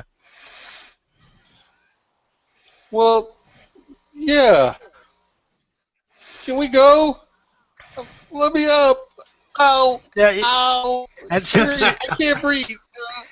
she not. I kind of shout over to Belmira. I say, "Hey, Belmira, perhaps these young lads could be, well, helpful to us in recompense for their aggression." Yeah, Let me go. I kind of like this one, and she looks down on at her booth. Yeah, I kind of like the. I tell you what, you can go, and she nods at his friend. What about him? Well, I'm The one keeping you're him. standing on. We're keeping him. No, you can't do that. Just let him go. You can have your wagon back. I don't know. He does complain a lot. I can't breathe. Get off. He's All like right, that's enough. easily punching your foot. Yeah, she moves her booth from him. All right, so he gets up and he scrambles to his feet, slips once, back down in the mud, gets back up again, coated in mud, and they just go like running off like scared rabbits. I kind of like twist my arm in the direction, just kind of give it a little flip, and Burning hands. there's this kind of like oh sound that like Trek goes after them with using a minor illusion. So the one who was already muddy picks up speed. The other one tries to, slips, and he falls in the mud, and then eventually manages to get to his feet and go chase after shit. Wait, don't leave me! You took that too far. What? No, I didn't. Yes, you did. They're just kids. They have a story to tell when they're to their friends. It'll be fine. Is different between teaching lesson and bordering on torturing someone. I think also perhaps was taken a little too far. Yes, Belmira nuts. I look at Belmira, kind of puzzled by her nod and sigh and like, well. This is this is how you would teach young boys. And perhaps that is why you are not any longer in your dwarven community.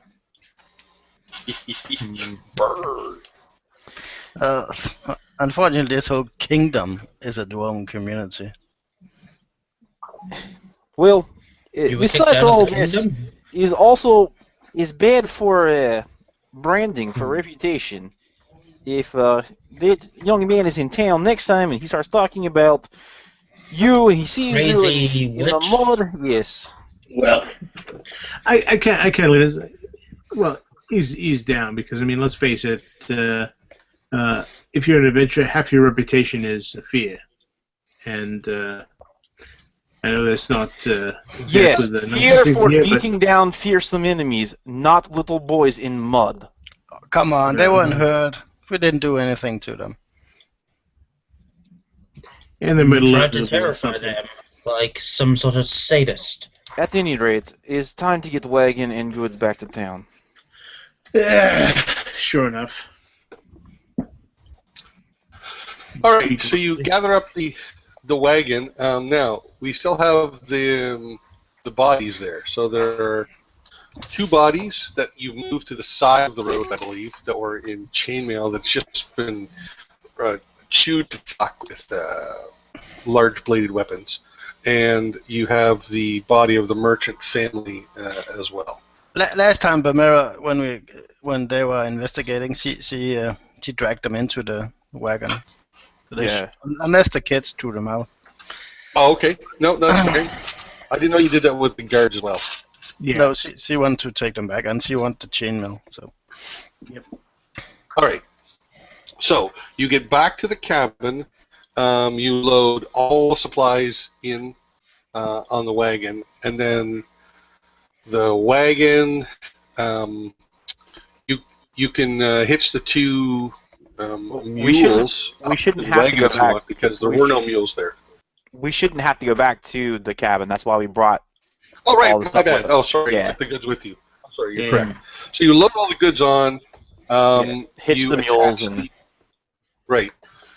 So you manage to do all that. You struggle a little bit with hitching the mules up because you don't have prop hitching gear, but there's enough of the leather strap there to make something functional to get you back to town.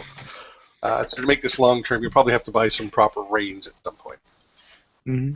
Other than that, the 6 of you and 5 corpses head back to town. Yeah. Right. As we do that, Bemer will turn to Grim and ask when the others are hitching on the donkeys and we're carrying in the crates and stuff. She will say in a low whisper, "What is a cestus?"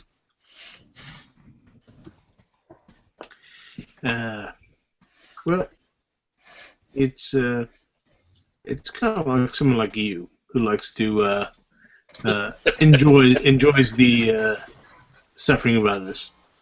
I don't enjoy the suffering of others. I just kind of stare at her for a long moment. I say, "Are you sure?" Yeah. Right. Well, That's right. you might want to do a little self-reflection on the way back, and we'll talk about it later. All right, so you get back to Crossmeet about an hour past dark. Markel suggests that businesses, except for the inns, are going to be closed right now, so it would be better to try and return the goods on the next day. Oh, that's fine. No. What? Grim. No? Our new outfits. We missed the opportunity to get them earlier. Now we have to spend the night in mediocrity. Well, hang on.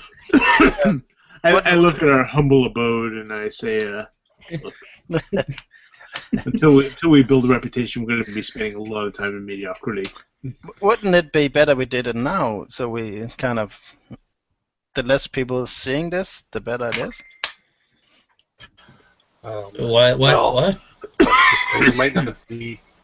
The shops are closed. Yeah, but would have they to track down at their homes, and then they would have to go and open the shops. I'm not so sure they'll gather less attention, but if you wish, we'll I'm rather hungry. Yeah, let's load our gear into the backyard. We'll secure it, and let's go get some food. And drink. And I look at Belmera. Lots of drink.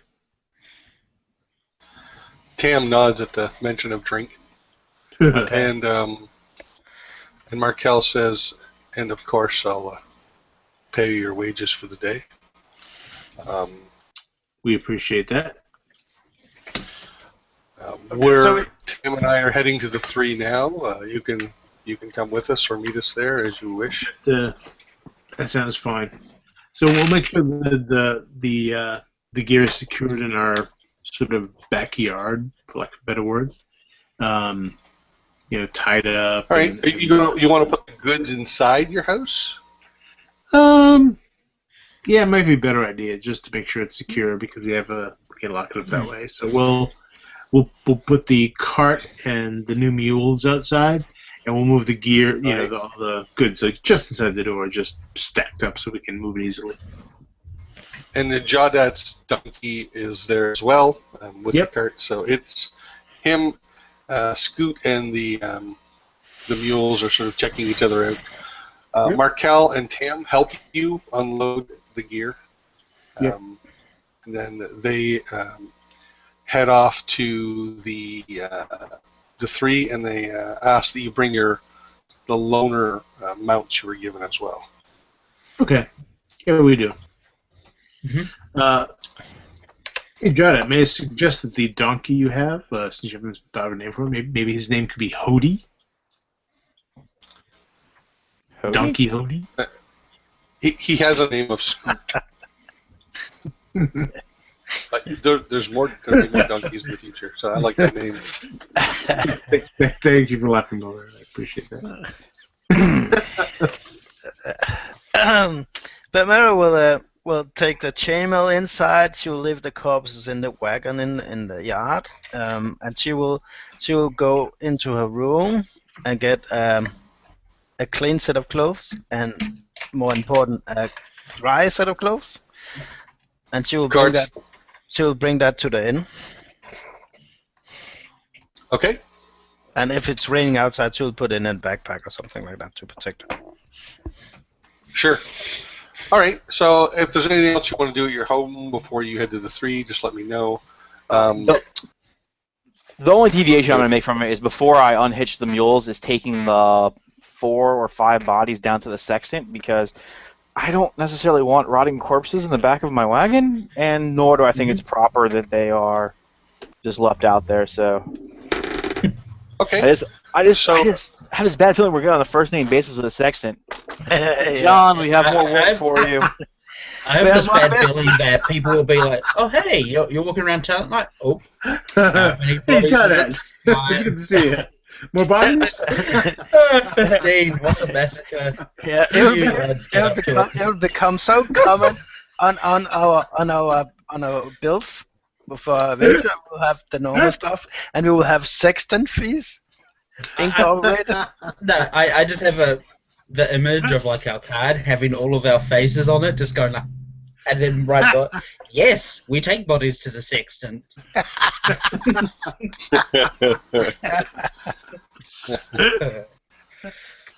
So Kerr is fairly stoic. The only real reaction he gives you is some raised eyebrows. 5 bodies, you say? Oh, that's terrible. Of course I will take care of them. Do you have names for these unfortunate souls? Perhaps you know some of their family, something I could put on a stone.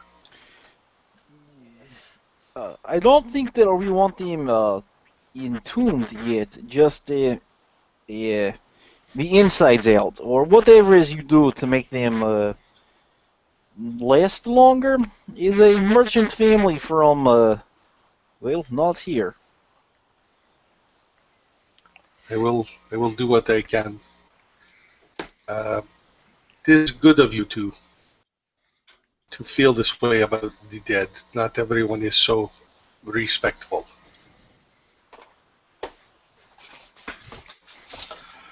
He takes them all inside, and he basically has a cold room that he puts them in for now. Okay. Back at the 3, you've all returned your mounts to the stables, which are just to the south of the 3. Mm-hmm. There's also some stables in back. And inside, the place is fairly busy. Men are sitting at a table. You guys are all there if you want to be. If you're not there, just let me know. Yeah, I mean, as soon as we get the gear, all the cargo we're going to return and secured, and we get the bodies secured, we'll head over to the 3. Okay, so Faye is at the table. You guys are at a large table. There's 6 of you, and she is taking her order. And Markel is paying for the meal, so he recently suggests you can buy some good food. It's actually Tam who makes the suggestion you order the best food on the menu, but well, get whatever you want.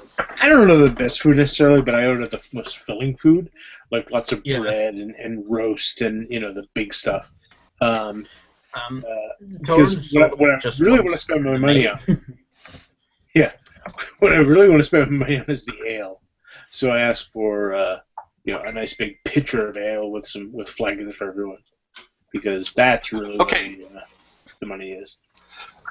So Markel is footing the tab, and you guys sit there for a little bit, perhaps discussing the day's events. Markel says, as I mentioned before, I think you did quite well. I will be explaining this to my colleagues, and I think it's very likely we'll have more work from you.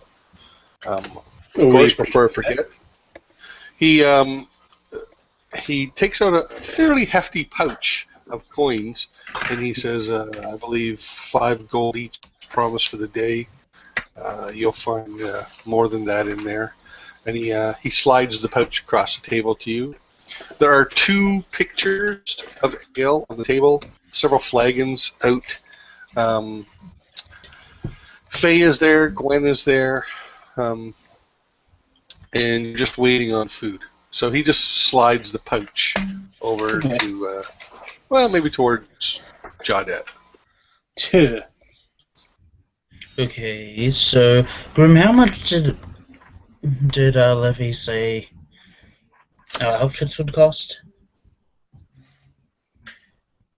Well, that was let me think. It was at least a few sovereigns.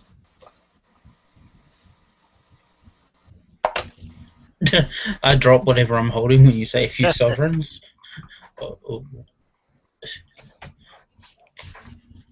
I'm sorry, I think I may not have heard you right. Did you say a few sovereigns? Well, together, yeah. Oh dear. All combined. While we're waiting on the food, Bamera will order a hot bath to be ready for her. Faye, rather, Gwen comes around and she says, "Oh yes, of course. Are you spending the night here?" No. No, Gwen. We're here to celebrate our new. What would you call it, Jonette? You're the businessman. Our new relationship. Yeah, we are.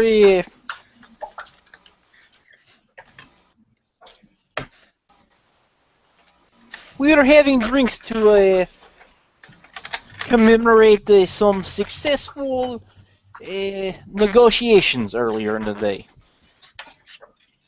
Very well then. What Jordan had said. Supposed to we're celebrating, so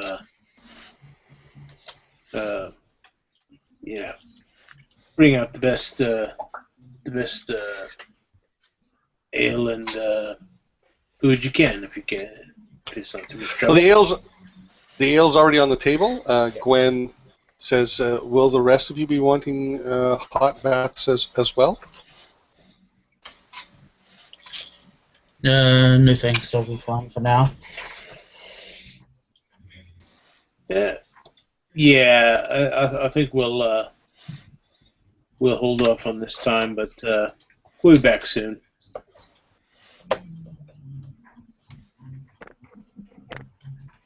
Okay. So about 5 minutes later, the food shows up, and it's like platter after platter. There's breads, there's platters of there's a whole roast on the table. There's a ham placed on the table. It's all sliced up. There's bowls of different vegetables. It's pretty much a big feast, and everybody's sort of reaching, grabbing some of this, some of that kind of thing. Potatoes and gravy.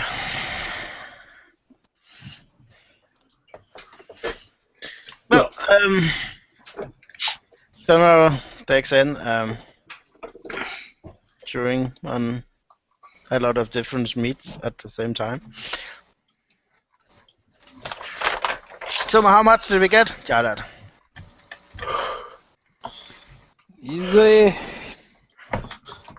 Is 50. 50 sovereigns. Oh my god.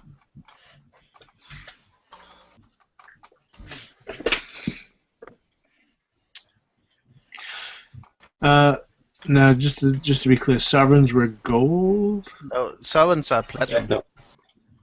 Yeah. Commons, nobles, crowns, and sovereigns. Crowns are golds. Oh, okay. No, not sovereigns. 50 crowns.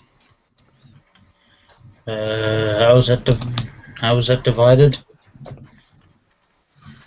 Well, Yeah, four crayons for each person. yeah, I had four gold and 3 silver. Was the that's what I had. That's poor math. Is it? Okay, so what did Well, they pay? 50 divided by 4 is 4 and 3. I don't understand. It should come out to 4 gold pieces, 5 silver, I think. Right, if there's 4 of us. Not if there are 50 gold pieces. There's 5-0? gold pieces. Yeah. 5-0 divided by 4? Right. It Yeah, should be that would should be be 10, 12. isn't it? It should be Yeah, 12 and 5 gold or 5 silver. Yeah, you said 4 each. I was like, I how's 4 each? was reading. Oh, okay. No sweat. Just didn't want Oh, you guys to short. Hey, they promised us 5. We only got 4 and 3. What the heck? Meanwhile, it's Jodat just pocketing the difference. Yeah. Yeah, that's fine. I don't mind paying the extra for the accountant. The accountant can take his share. That's fine with me. Markel and Tam are eating up healthily. Markel is drinking at a very modest rate. Tam less so, at a less modest rate. She seems to enjoy the booze more. Don't they all?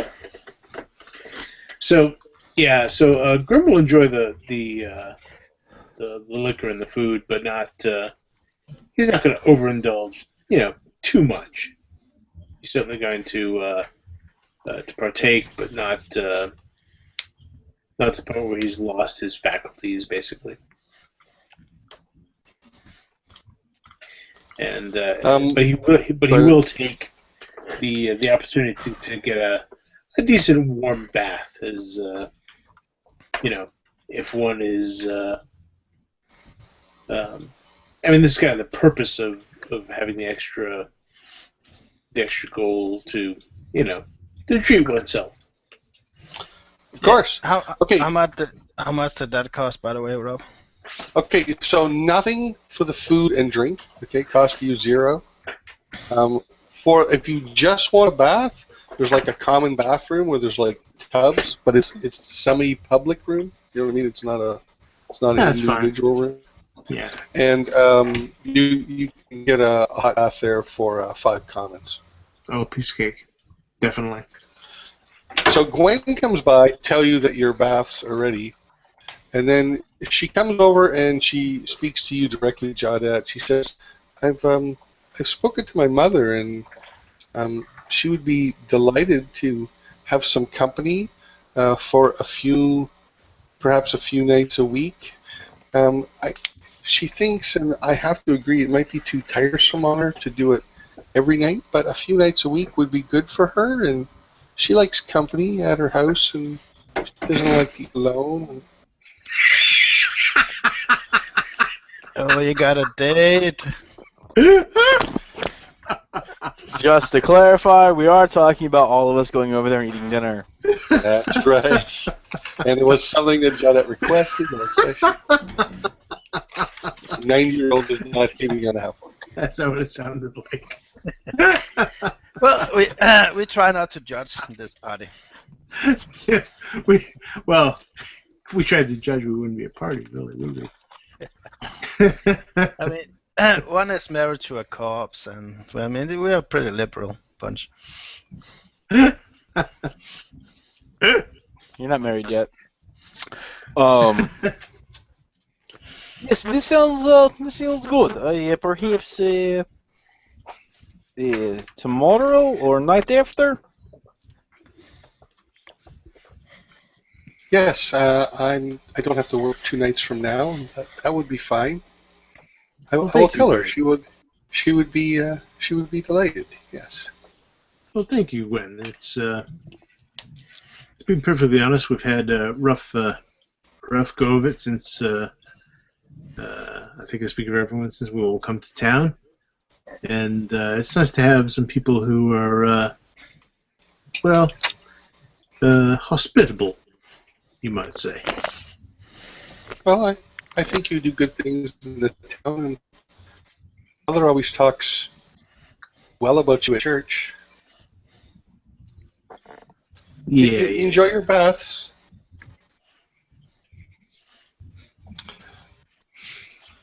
Yes, right. So she walks away. Markel and Tam stand up to leave. Tam seems disappointed, but Markel sort of says, "We should turn in for the night."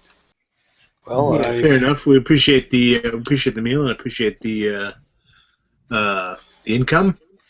I And hope you feel well paid, and I look We forward do. to working with you in the future if that's something you choose.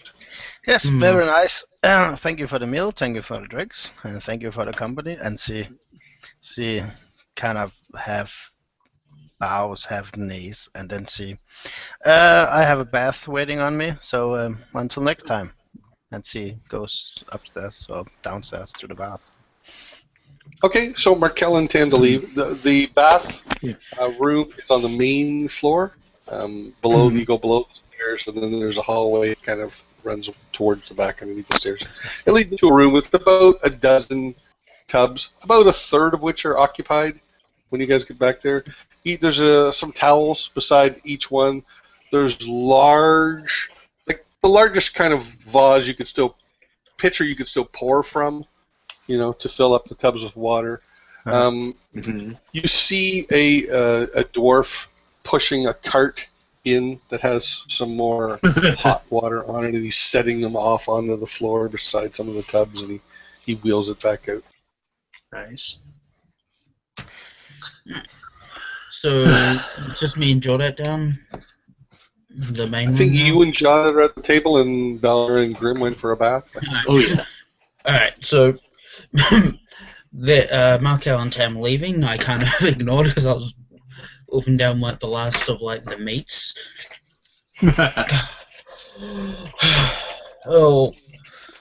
Jordan, I feel nauseous. Yes, perhaps you should not have eaten 22 sausages. It's a lot. 22. Oh dear. Well, if I eat this much and I just lounge about, I might become out of shape. A grave expression falls on Torin's face just briefly. So I guess we need to find some more giant bugs to fight. Or I could just go for a run. Is something bothering you, friend? You seem a little odder than normal. Do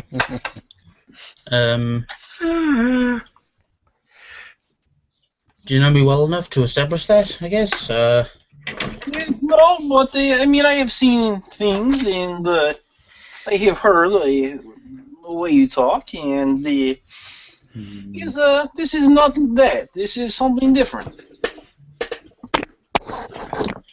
I think I just, after that fight with those creatures, I feel a little restless. I to fight more of them.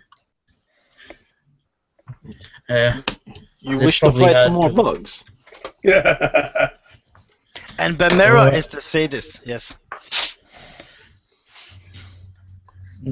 Well, not necessarily giant bugs, but something challenging, something that can push my limits to new heights. Yes.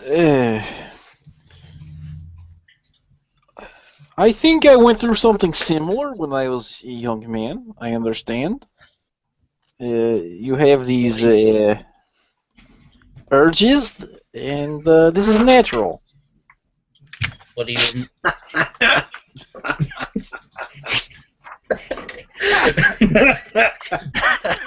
What is with everyone today? Are you guys gonna have the talk right now? Yeah.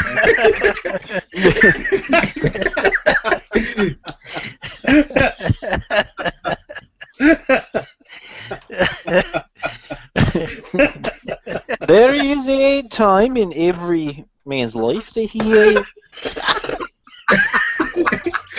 I hope you're talking about something different, so it could be like a misunderstanding. he must come to grip with how he has changed. And I think you are going through this change. It is natural, but we must find a way to focus this newfound energy, so that you do not end up with more than you can handle. This is yeah. This is not something you should do alone.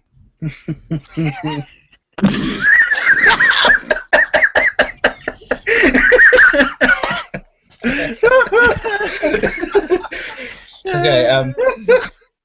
And I think it's something that Belmiro is capable of helping you with. She is very well developed for this type of thing. Just pimp out the dwarf. So Torun hasn't clued in yet. I think if it is something physical that you are looking for, she is the right person. She could take you to this. Or he. Don't judge. She could take you to the slag pit, and I don't know. I mean, it didn't look like she could handle either of those bugs. oh no, not her in particular, but her associates at slag pit. She will be able to introduce you. And it is possible that someone of your size might need more than one other participant. What do you mean to take on two at once? It's not. I do like stacking the odds against me. Yes. I think if you had some hands-on time with a couple of other individuals and perhaps a small crowd watching, that I keep not wanting to misunderstand too much. So it is settled then. You will talk to Belmiller, and we will see if there are some underground fights that you can participate in. Yes, that is what we were talking about the whole time. Damn it, Steve.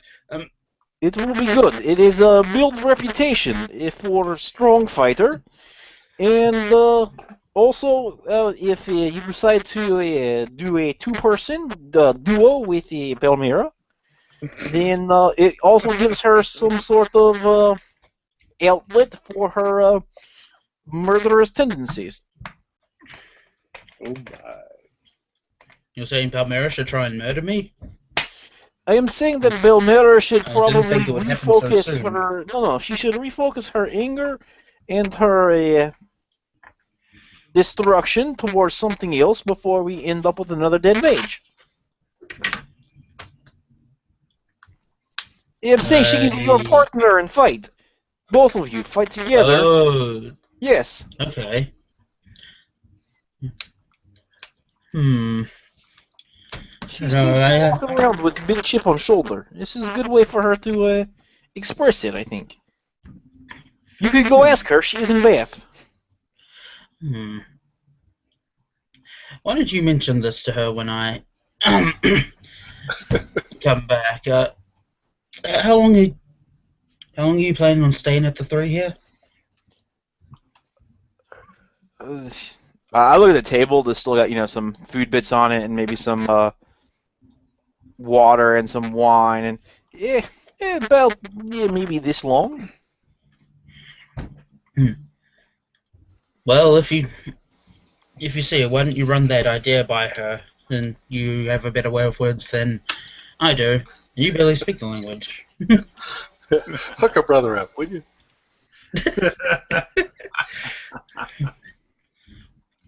Yes, I can ask her if she would like to go to the slag pit with you. I nod and I turn and head out of the fray. Okay. So the rain is just a very faint mist now. It's about 10 o'clock at night. Okay. Your belly is very, very full. The streets are a little bit muddy, but Crossmeet's pretty good in that its roads are fairly hard packed, so unless you're going to get a lot of rain at once, they stay not too bad. Okay. So it's not that wet anymore, but it's still kind of bad, unpleasant to be out in. Yeah, the ground is certainly still wet. It's cool. Yeah. It's kind of cold, but it's just misting now. And Torun's gonna kind of walk around the town for a bit. Then, once that kind of bloated stomach feeling subsides a little bit, he's gonna, go for a run around the town. Okay. So the only things you really notice when you're jogging around is that there's a lot of activity outside the slag pit at night, which seems to be fairly typical. And you notice that Bram, the dwarven guard, is on duty. I'll probably stop and just say hi to him. Just for friendliness sake. It doesn't have to, we don't have to go through it. He actually asks questions about what's going on, what you've been up to. He seems fairly curious. Okay, alright. I guess I'll fill him in. Well, I start to fill him, but then I think, did he tell us to... Did they want to keep that a secret or something? And they mentioned more jobs, so I don't want to piss him off. Well, Bram, what happened is that we encountered the road wraiths. They had turned over a caravan. Where? Yeah. I'll give him the location. It's up north to the east after a while. How did you happen to find it? Oh, we got some travelers told us. Did you see the road wraiths themselves? Oh, yes, we went... They've killed quite a few. No, I want to tell you this part. We went off the trail and we found a cabin where the road wraiths were. But they were all dead already. And then giant bugs attacked us and we had to fight them off. He stares at you for a second, then he says, you're having me on. No, it's true. They were this... I realized that they were way taller than I could reach. Even larger. Dead road wraiths? Giant bugs? Well, I think I'm glad it happened outside of the jurisdiction of this town. I've got enough to do. It's good that you're handling that sort of stuff there, lad. Yes, better you than I. Even... isn't that the truth? And we even got some of the crates back and we're storing them, planning to give them back to the people in the morning. I believe it was Murgies and the Taylors. Ah. Oh, good on you then. Well, they'll no doubt be glad to see them. Alright. Well, it was nice talking to you, Brad, but I have to get going. Okay, so Bram walks on, continuing his patrol. In the bathhouse, does Balmera and Grim want to do anything other than bathe? Is there anything to do other than bathe? You could have a discussion. You could slide the tubs next to each other and have a water fight. I don't know. No. As far as Grim is concerned, he's just enjoying the decadence of laying in a hot tub and getting some of the aches and pains to sort of leave his body from from the past couple of days. And although he does kind of glance over at Belmera, noticing parts of it sort of floating a bit higher in the water, and trying not to look. But he says, "Hey, Ilmir, I have to say, you did quite well, reining in your you when we spoke to the the people who were hiring us. I appreciate that. You did a good job. I say awkwardly. Thank you. She has taken her clothes with her in the bath, and she's kind of washing it while she's washing herself, trying to get the blood and all that out of it. Oh, jeez. so it's kind of darker water with dried blood sort of floating in it. Yeah, and Chunks of flesh. Belmar, do you have any body scars which might be seen while you're bathing? no, Okay. Tattoos, that sort of thing. no. Yeah, tattoos. she's a little young. Just asking. She has 3 tits though. I don't know if that counts. That's the Total Recall game. You're in the wrong game. But she will wash her clothes and yeah. Do you think? What do you think they are? The other guys, I don't just know. like us, more organized, Maybe. clearly I richer. think, well, that's without dispute. I think we need to keep our eye on them. I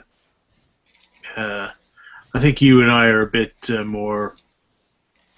Well, I would say realistic, but I'm sure they was a paranoid than our companions. So perhaps perhaps it would be best if we took more of their counsel when dealing with these folks. I think between the 4 of us, maybe we sort of balance each other out. You and I being more on the realistic, paranoid side, and them being more on the trusting, diplomatic side, let's say. She nods. Washes her socks. But I'll still dispute that I'm not a sadist. So Yeah. Well, I never said you were. But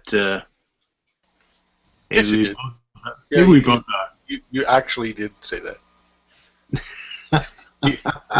Just point that out. I'm not saying that, though. he's not saying that now. Out loud. To her.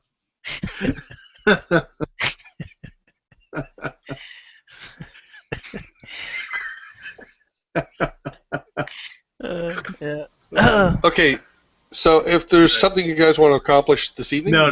We're fine. just bathing. Otherwise, we'll... So nothing. Right. Nothing to see here. Move along. So aside from the 5 commons you pay for your bath, there is no bill for you tonight, and you eat and drink your fill. You return to your house. It's a bit crowded getting in the door. Everything is piled just inside the door. Well, But you guys, go ahead. the only difference is that since it's the only clothes she has that's actually whole, the shirt is torn, the pants are torn, so she's wearing her extremely fine. It's actually a dress. It looks very expensive and very well made, but it's what she has. That's the only difference. When she Is it a walks long dress or a short dress? back, a long dress? What does it look like? What are you wearing? Is it like? Picture this. I want to picture this ugly dwarf in this dress. Go ahead. No, she's not an ugly dwarf. She's a big dwarf. There's a difference. I'm gonna say it. Never mind. Well, it's a battle dress. Yeah, it's the dwarven version of a very girly dress. So it's light blue, and it has a lot of what do you call it? Frills, like the trimmings on the dress.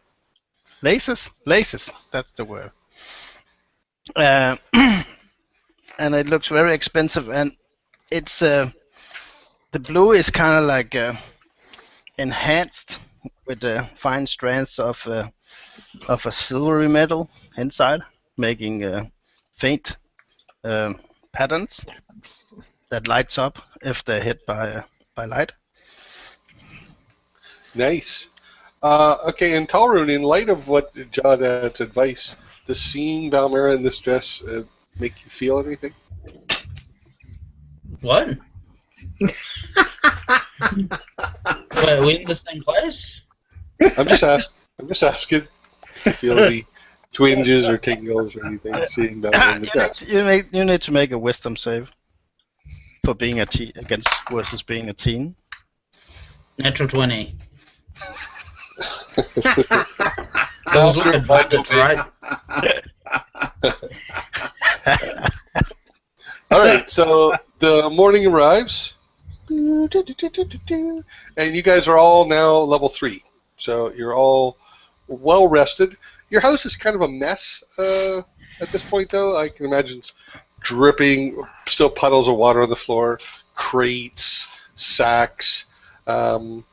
Outside, you can hear the faint braying of the donkey that Scoot the donkey. That's the Jawdat. The herd of pack animals we've picked up recently. That's right. You also hear. Perhaps some of the dowry. Perhaps some of you were even woken up by the sound of a horn passing, like moving up the street.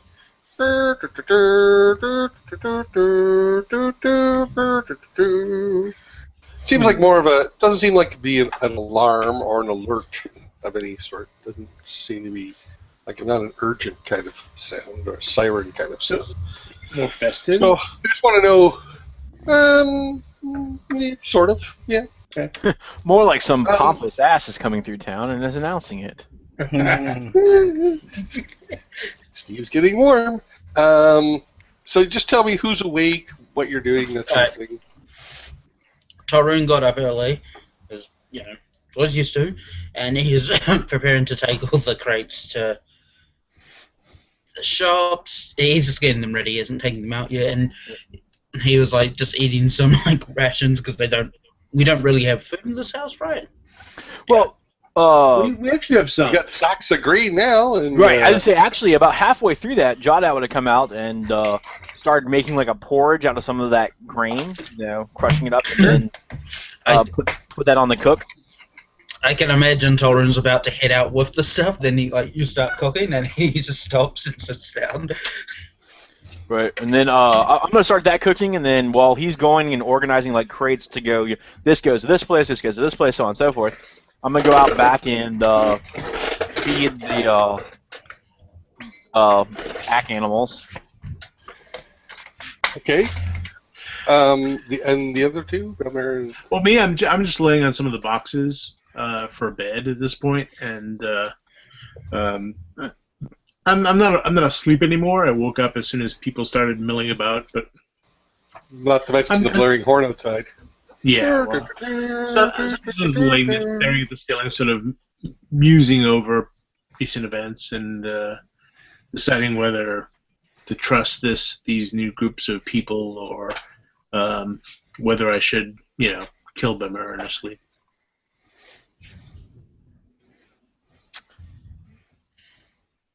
I don't say that a lot. Rob muted him. I see. And Balmera, do you have equally grim dreams? No, she doesn't have grim dreams. well, maybe in fact she did have grim dreams. He's a wizard after all. Yeah, because she's actually been up half the night. Looking, she snuck in to the living room or whatever we call it, the first room, the main room, and she took back a very crowded main room now.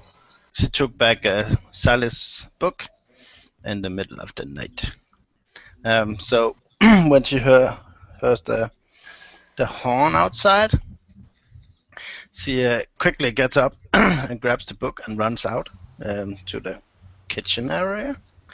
Okay. And she kind of looks excited and a little bit disappointed that they're not all there, but 2 out of 3 ain't bad. And she looks, I did it! I did it! And she kind of holds the book up. I learned a spell! My eyes can open blurrily and roll towards her. It's like, you did what? Yeah. And she takes out some of the mud that has dried up and kind of is a dirt sand mix, and she kind look, and she kind of concentrates and mumbles some words, and her hand starts to glow, and she kind of throws the sand in the air, and it tinkles and it falls down, and she casts sleep on you. Huh. I know. Well, roll your dice. So that's 5d8, right? 5d8, yeah. I wish just would add up. Okay, Yeah, so that's what's- 10, What's 17, going on? 18, 24. I have 25 hit points. Not quite So that. we don't actually believe feel that she's a... a wave of slumber hits you, Yeah. and you feel really drowsy for a moment. 6 birds just fall out of the air. Right. All the mules collapse in the backyard. Yeah, one of the mules is like, Hell, let's lie down. Yeah. Okay, so no one falls asleep. You no longer hear the braying of mules outside. I do feel it though, and I say, I She kind of sit up kind of sit looks up on my elbow, disappointed. kind of interested. She kind of looks disappointed. I was so sure I had it. I sit up on my elbow, interested, and I look at her, genuinely interested, and I say, it was actually not bad. It didn't What work do you on mean? me, of course, but I could feel it. Oh, because you're whiz. I'm, How about you, Torun? Did you feel anything? What? does anybody know what happened to mules? It was outside feeding and they all fall asleep. It did? And she smiles. Oh, so it did work. I know magic. And she kind of does a little. Oh, no, He's doing your dress. no. No. This is no. No. Nice try, No. Balmera. I turn to Grim and smile. You incurable prankster, Grim. Try to convince us Balmera and magic. I look at Toru and I kind of shrug. I say, yeah, You almost had us fooled, you sorry. I bastard. wish I could take credit for this, but I kind of shake my head. It's like, looks like Balmera did it. I walk up and put a hand, very consolingly on Talrin's shoulder, and I hand him another bowl of porridge. I do not think he's kidding. Yes, Cyrus told me, taught me from his book. And she holds the book up again. Hey, who's using that? God help us all. Yeah. And I finish eating all the porridge. I wonder how much return ticket to home will cost. Hey, I'll go with you. Valmera's one smelled at was like, nope. Mass migration out of Crossmeet. The mayor is standing outside. He's like, look, here's the keys to City Hall. We're all leaving. Well, it is, you know what? It is okay. It is good to grow, to learn new things, and it is more palatable to think that this is the part of our other friend that rubbed off on you. So, yeah, congratulations. Thank you. And of course, you help, Grim. I watched you. Uh, All the time while you're not looking. When you're sleeping. Lifting my You're dress. sleeping. Oh God. Smell different when you're awake. Oh, creepy.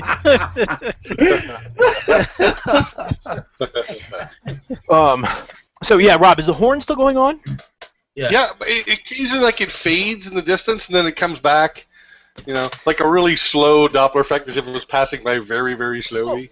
Perhaps, well, yes, congratulations again, and is porridge. It's not magical, but is porridge. And perhaps we eat some of this, and then we take boxes back to Sleestack, or Simon, or the tailor and leather maker. I'm going to just for laughs, Jawdad, I'm going to ask for a performance roll, please.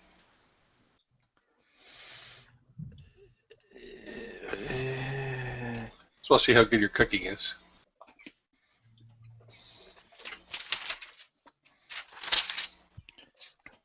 How about I cook with survival instead? Yeah, if you want to go for I don't care. I'll make a performance. if you're going for flavor, I'm going to ask for performance. If you're going for just I just have a hard time justifying cooking with charisma. I am not that what's her face lady. We know charisma would be like presentation of the food. Yeah, it's incredible bland, but it's very well. Right, it's presented. really like the mint leaves accent it so perfectly. All right. Anyway. Right. It looks gorgeous, but. So. I rolled a 1. No, this is hilarious. This exact same thing happened in my home game. Okay, so it's horrible tasting poison. It's horrible tasting oatmeal. This is I said this dish from your homeland, Jordan. No. It's very. What is that horn that is going on in the background? This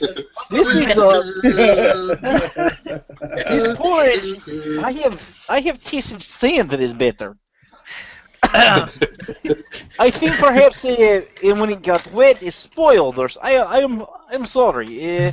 But Mira is just so glad that her spell worked that she will eat the entire bowl of porridge. Wait, Grim,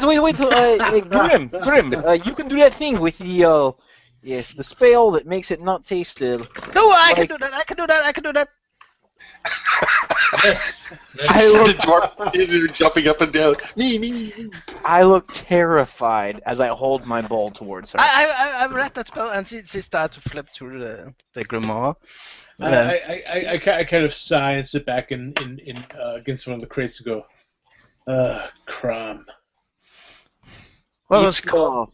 If I turn blue or sprout feathers, No, I had it. It's something with fire. Hang on. What? No, it's okay. It's not bad. I happen to remember I enjoy sand. Well, maybe I can take a ball and practice later. I look pleadingly over at Graham, like, I know you can do this. I'll say, Belmira, you're doing a fantastic job. Would you go check what that sound is coming from out there? It might be a magical horn. It's clearly an important thing. Would you go take a look, please? Only there were holes in the walls we could look. You're the only one I trust to do this. Okay, yes, Rob. I take a look out the window to see. I'm just saying, you don't have to do mystery when it's I do it when a car comes up the road. Anyway. Right. You do remind us that we have windows like a lot. No. This is this group, so we need to debate it for at least a half an hour before we There actually do it. wasn't a debate. We just told you to go outside. No debate. Go outside, Belmira. Look at what's out there now. She'll take her ball outside and open the door. Okay, so you see a small procession of about 5 humanoids and a couple of animals going by. The procession is led by a tall horse with a halfling standing on its back, and it's blowing like a long, thin horn. To the left and right of the horse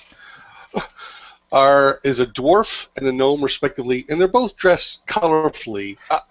I don't want to say clown-like because that's way more exaggerating, but there's a hint of that in the way they're dressed. They're dressed very, very merrily, and they've got like little cones in their mouth with colored strips of paper on them that they're blowing on, and it's making like a little like fan-like things of colored paper. Now, behind them, riding on a beautifully groomed red fox, is a female halfling. She's got a very elaborate hat with a feather in it, and she's smiling. She's dressed in like a blue robe finery, and she's sitting in a ladylike position, side saddle, on this fox, and she's just sort of waving as the 6 of them are moving up the road, and this halfling is. Do they look noble or like a circus? Or no. And then a little from column A, a little from column B.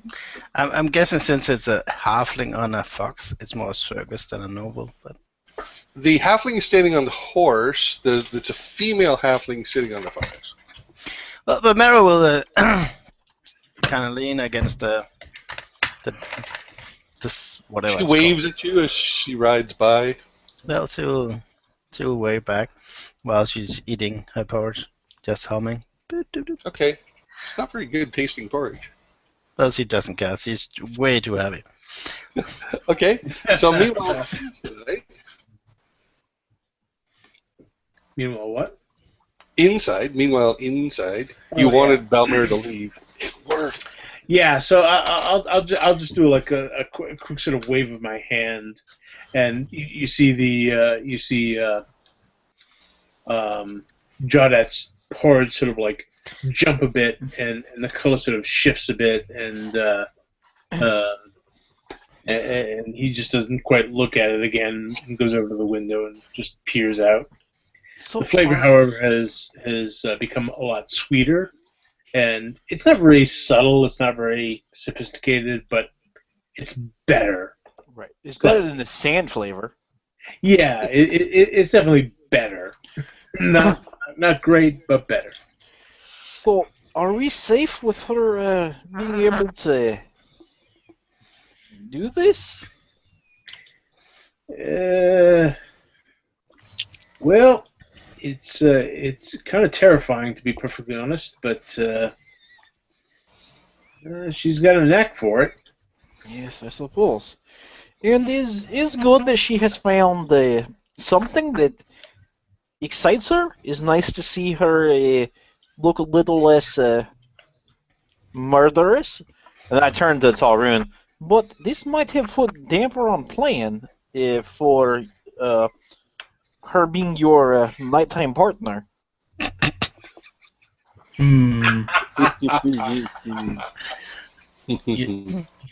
You know, Jordan, I've been thinking about this a lot. Can you not call it that anymore? I say, yeah. Wait, what? Yes, we were Talrun and I had conversation. He has come to that part of his life now where he has these urges and energy, and he just feels the need to punch things. Oh. And so, I was thinking that maybe he and the Belmera, because she also likewise has lots of murder energy, that they could do. He kind of quiets down and leans in. illegal, less than illegal, shadowy, yeah. I hold up my hand and say, Underground boxing, fighting. I hold up my hand and say, no. I understand. I Yes. think. Well, we don't have any rules against it in our group, so Yes. yeah, to each his own. A bit surprised, but well, yeah. Congratulations, Salrun. No, not that is. I think you have the wrong idea. I'm talking about they get together in a dark place. Yeah. No. I know what you're talking about. No, I get it. It's Slime Pit with audience. No. Please don't tell me anymore. I can just imagine the advertising for that event. But I was thinking that perhaps you and we could take bets on winner.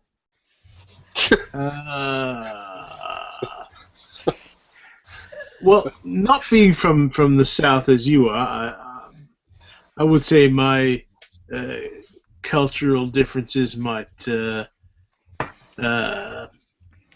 make that not pleasant. Oh, I'm sorry. I thought every culture bet on games of sport, like Not all games of sport. No. I mean, like bare games of knuckle. sport, perhaps, but not all. Yes, but fighting in underground ring. I thought this was everywhere. No? Yes, this is a bit different than that from. But, No. This is what I'm proposing. Bill Miller and the Toll Room, they are a team, and they fight other teams in the basement of Slag Pit. Like you do. Yeah, right. I paused for a long time considering this. Say, I'm like watching. I'm gonna take these crates to the stores now. Yes, we will tell you if you're fighting later. It's okay. Okay. So how I just heavy want to are say these? that Sorry. the crates are probably a little bit heavy, 30 to 40 pounds each, maybe 50 pounds each. Oh. The woman you see on the back of the fox looks like that. The halfling woman, that is. Yeah, she does.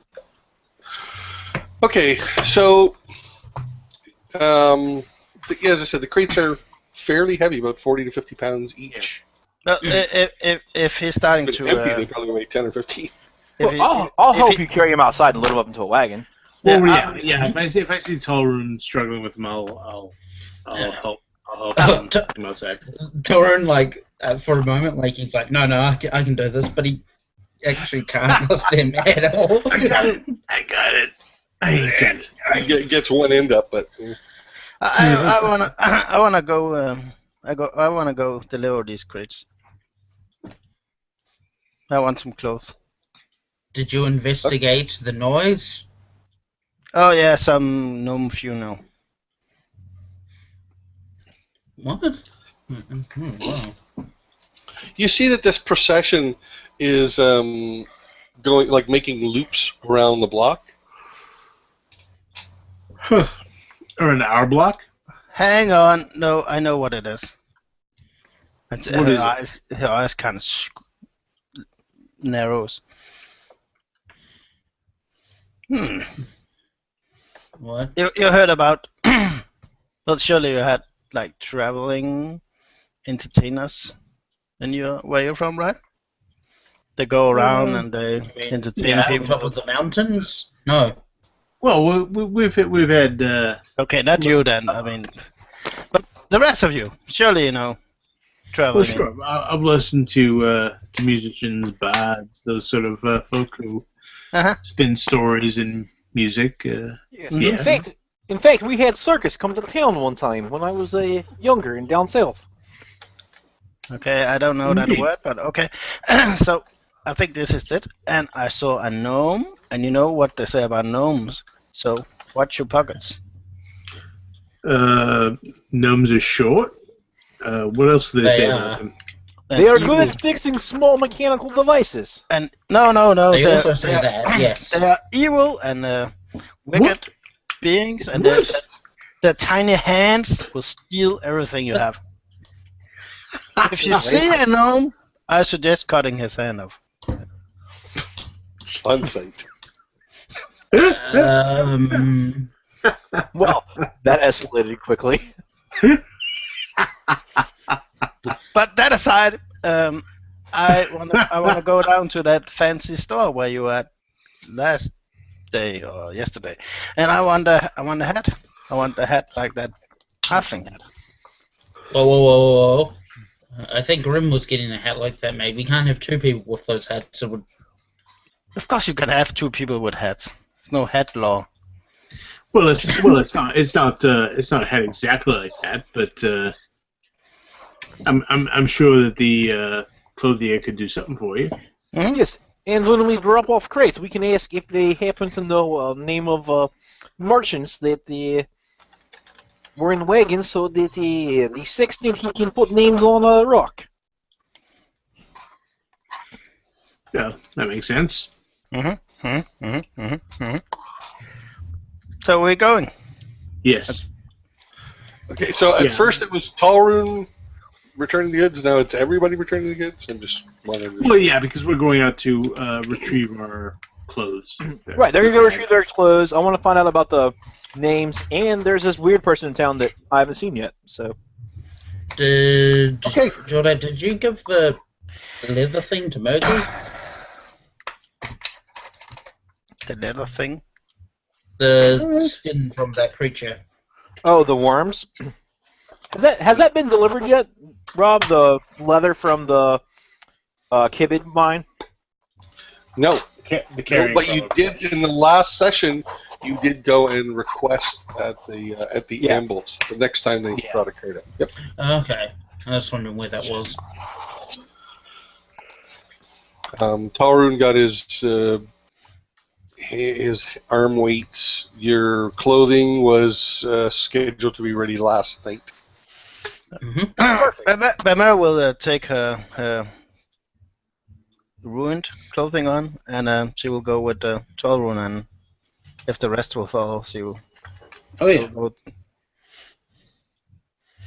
So you're getting a hat? Well, a hat and a coat, yeah. You know, all that rain kind of made me want a hat. It's not a bad idea. What do you do with all that chainmail that you picked up? No, I wanna take the pits that I can, you take away the broken chains and you kind of knit it together, and so I can make a, I don't know. That seems Maybe I reasonable. Maybe I can make a chain shirt for Yardat or something. Or maybe for you. No, not me. I'm not a big one for wearing chain on myself. It's kind of interferes with my arm movement. Okay, well maybe Yardat then. Maybe. If you need help with it, let me know. I will. I think I got it down. So yeah, we'll head off to return these goods to their rightful owners. Okay, so you guys load up the mules again. Mm-hmm. Jada, you notice that your donkey Scoot is tangled somewhat in the little hitching post again, and braying. This is the second time or third time perhaps he's gotten himself tangled like this. Oh, let's just eat him. We need to see to somebody about the building fence so we can let Scoot walk around out here. What about the mules? Are we keeping them? I think for the moment, yes. So what happens if the donkey Go ahead. mates with the mule? Yeah, most times nothing. Sometimes you get donkey again. It's very strange. One of them likes it, one doesn't. Huh. Well, I was just curious since they're going to be all together and Yes. we have some mixed well, genders here. They don't seem to be fighting anyway. The animals are not getting along. So do you want to leave the little cart behind then and just take the big merchant wagon with the rent thing, or I just want to know how you do this? Okay. Yeah, that makes sense. All right. And before we leave, So I go back into the house and I come back out with a large mug full of some liquid and just glug glug glug glug glug glug glug glug glug. Easy there. Well, no, it's just water. It's okay. Just Ah. very dry mouth today. So you guys are heading through the town. Perhaps you want to go to Stasi and Levant's first. It's probably it's probably closer than Murgy's. You can go here and then down here to Stasi and Levant's. Murgy's is over here.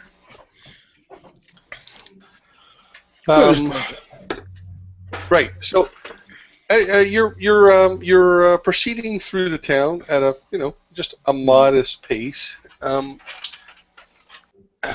As you head down Cattrall, what is that? So it's like a Cattal? What do they mean that? Cattal's Approach.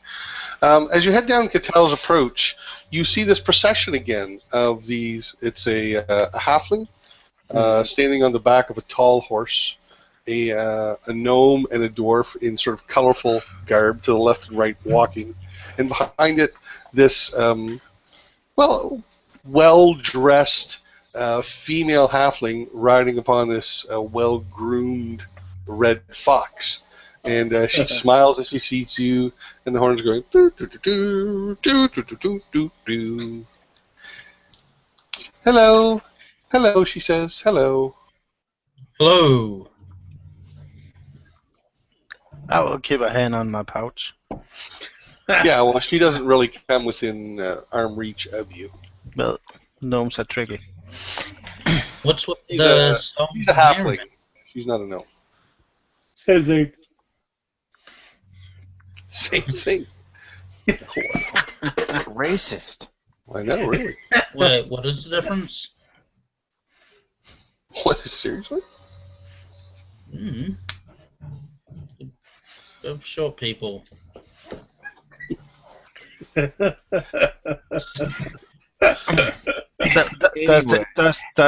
Do they stop, or do they we just pass each other? They're moving very, very slowly. She's, hello, how are you today? Hello, welcome. Hello. But I will kind of look at them. What are you? Oh, she steps down. She taps the horse in front of her, who stops like almost immediately, and she slides off the little the fox she's riding. She says, she gives a slight curtsy before you. She says, "I'm Ferris Amberleash. I am just owned a shop in town selling mounts, horses, and exotic mounts such as this fine fox here. Should you gentlemen find yourselves in need of a mount, you will find no better than what I can provide." What's with the Song of Merriment? Are you announcing your shop? Well, yes, it's just open today. You can find me next to Swift's Travel. Please keep me in mind should you find yourselves in need of a mount. Well, I hope to do business with you in the future. Oh, we might just do that. Very well. She's going to offer to shake the hand of anybody who chooses to. Yep. No. I'll shake your hand. I thought Balmera might be, cooties or something. I don't know. I'll shake her hand. Yeah, Balmera doesn't like to touch people. Jawdad does this really formal bow and kisses the back of her hand rather than just shaking it. She smiles broadly. She says, "So nice to meet a refined person." She smiles. In the back of my head, she called me a person. But she just hasn't had to get to know you yet. That's right. Most people, you're just. I think he just means everybody else call them. Oh, you're polite for an orc. So yes. Well, congratulations to you for opening your shop, hostelry, whatever it's called. And yes, if we ever need foxes or unicorns or griffins or what have you, we will come find you. Griffins? Do you sell griffins? Horses, mules, donkeys. We provide on normal mounts as well. No. How much is a griffin? Oh, I have no griffins, but I might be able to procure one for you if you're serious. Do you know how to ride one? No. Oh well, they are notoriously difficult to train, and not very easy to ride, I'm told. Oh. Yes, is the type of beast you must spend with from egg, and sort of nurture, raise it, bond with it, and teach it to not eat you. Oh, so you know how to ride a griffin? Ferris No, says, I know I how am to. most impressed. I know how to Not perhaps just raise respect one. and civility, but knowledge of exotic beasts. Well, he's from the south, so he. We do things differently. Yeah. Well, I am glad to have met you, gentlemen. I hope we can do business sometime. Well, if you should happen to get a griffin egg, I might be interested in purchasing. She gives you a smile. I lean back to Grim. Should we invite her for dinner at the... Well, not our house. Our house is not very... whatever. But perhaps the three? I lean back and say, well, if we want to start building connections, I think that's a fair idea. Yes. Perhaps... How about this? We invite her. We invite Stanislavski. And... Perhaps we could send Belmira out on some errands while having dinner. No, it's okay. We can get her to... She can use the kids' stick. We will excite her about her magic or something. But we get this lady, we get the leather person and the hat person, and we invite them. And because last night food, it cost us nothing. We have money from last meal and money from this meal, and we are eating with friends tomorrow. So we have 3 meals worth of money that we can. How is invest? it? Well, we can put on a good act. Yeah, it's an investment. I understand. Yeah, that makes sense to me. She is nearby, shaking hands, introducing yourselves to other townsfolk. What is her name? Ferris. Oh, I was asking them because John had sorry. names. She said her name was Ferris. Ferris. Yes. I think so. Excuse me. Yes. Madam Ferris. Yes. Oh. Yes. I don't believe I have the pleasure of your name, sir. I am Jawdet, and this is the most esteemed Grim. Well, mostly esteemed, but yes. This is Tolrun, slayer of dire boars and keeper of mountain secrets.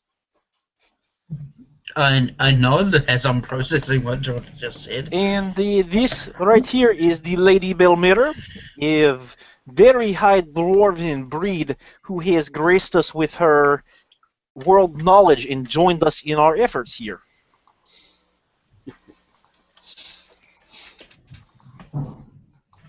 I give Jada a you look. And Good to meet you all, gentlemen. And the lady is difficult, I understand. But we were hoping that perhaps we could invite you for a meal this evening at the 3. Oh, well, I'm afraid I have business plans for this evening, but I am free tomorrow evening if the offer is still open.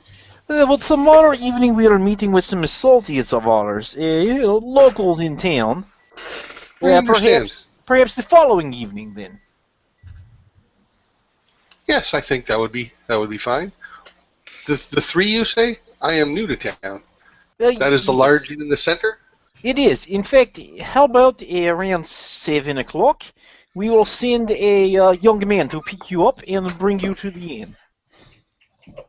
I would be delighted. Thank you, gentlemen. Yes.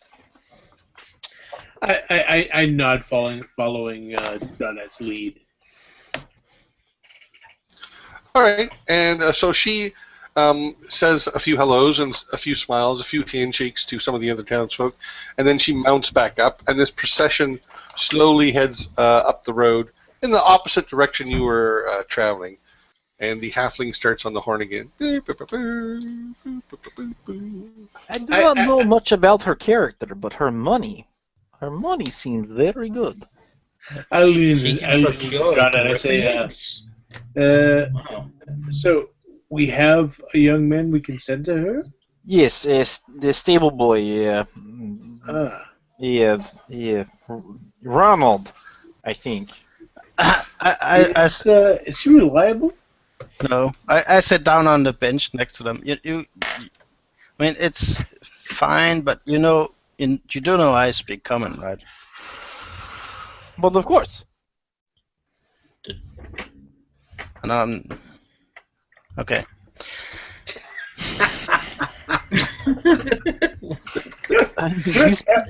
We speak in common every day. We're speaking it right now. Good point. Well, it must be a human thing then. Okay. Let's get this crate delivered. What are you talking about? Yeah, what are you talking about? Never mind. Let's get the crate delivered. All right, so you proceed down the street to Stasi Levant, which is probably the nicest looking business in town. It's a fairly large storefront with a house behind it. It's it's well kept. It's very, very clean. There actually is some stone built into the framework, which isn't common for most of the buildings. It's got a door that actually has a glass window inside it. Yeah. There's a tiny strip of grass outside the front of it with some flowers. So I walk into it. All right. Ouch. So you see Stasi there, comes over to.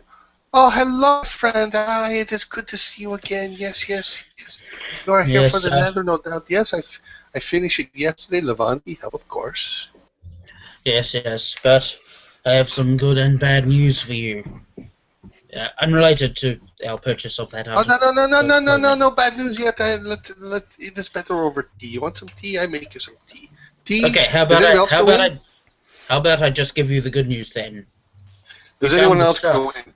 Yeah, I will carry the crates in after Torun, maybe a minute or two after he enters the store.